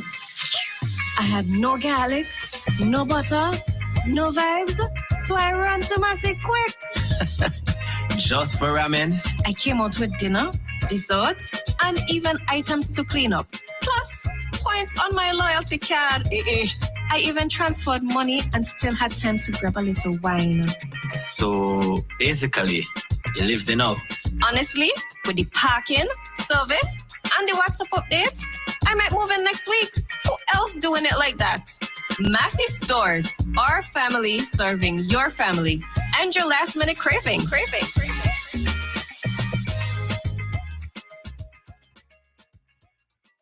There are many cleaning companies, but there is only one company that cleans, and that is VinceClean. So you don't have to wait for a season. Cleanliness is enough of a reason. Just finish building your dream home and wish to move in? Then VinceClean is for you. Do you have oil mark where that car is parked? New tiles just laid and want to remove tile grout, cement, or paint? VinceClean is for you. Shampooing of chair sets, mattress, carpet, house cleaning. VinceClean is for you. So whatever cleaning you need and for the best prices and quality on the market, telephone 431-1360, 457-1649. VinceClean, VinceClean, VinceClean, the best in service. At Sol, we know our customers need fuel economy and good mileage. The additives in Sol Go Further fuels enhance your vehicle's performance with superior deposit control, friction reduction, and outstanding corrosion protection. And that means you'll get the most out of every mile you drive. Fuels designed for life's journeys. Choose Sol Go Further fuels. Randy's Supermarket is perfect for all your grocery needs. We have a range of liquor, liqueur, and wines, fresh and quality bread, and our weekly specials will simply amaze you. Conveniently opened 7:30 a.m. to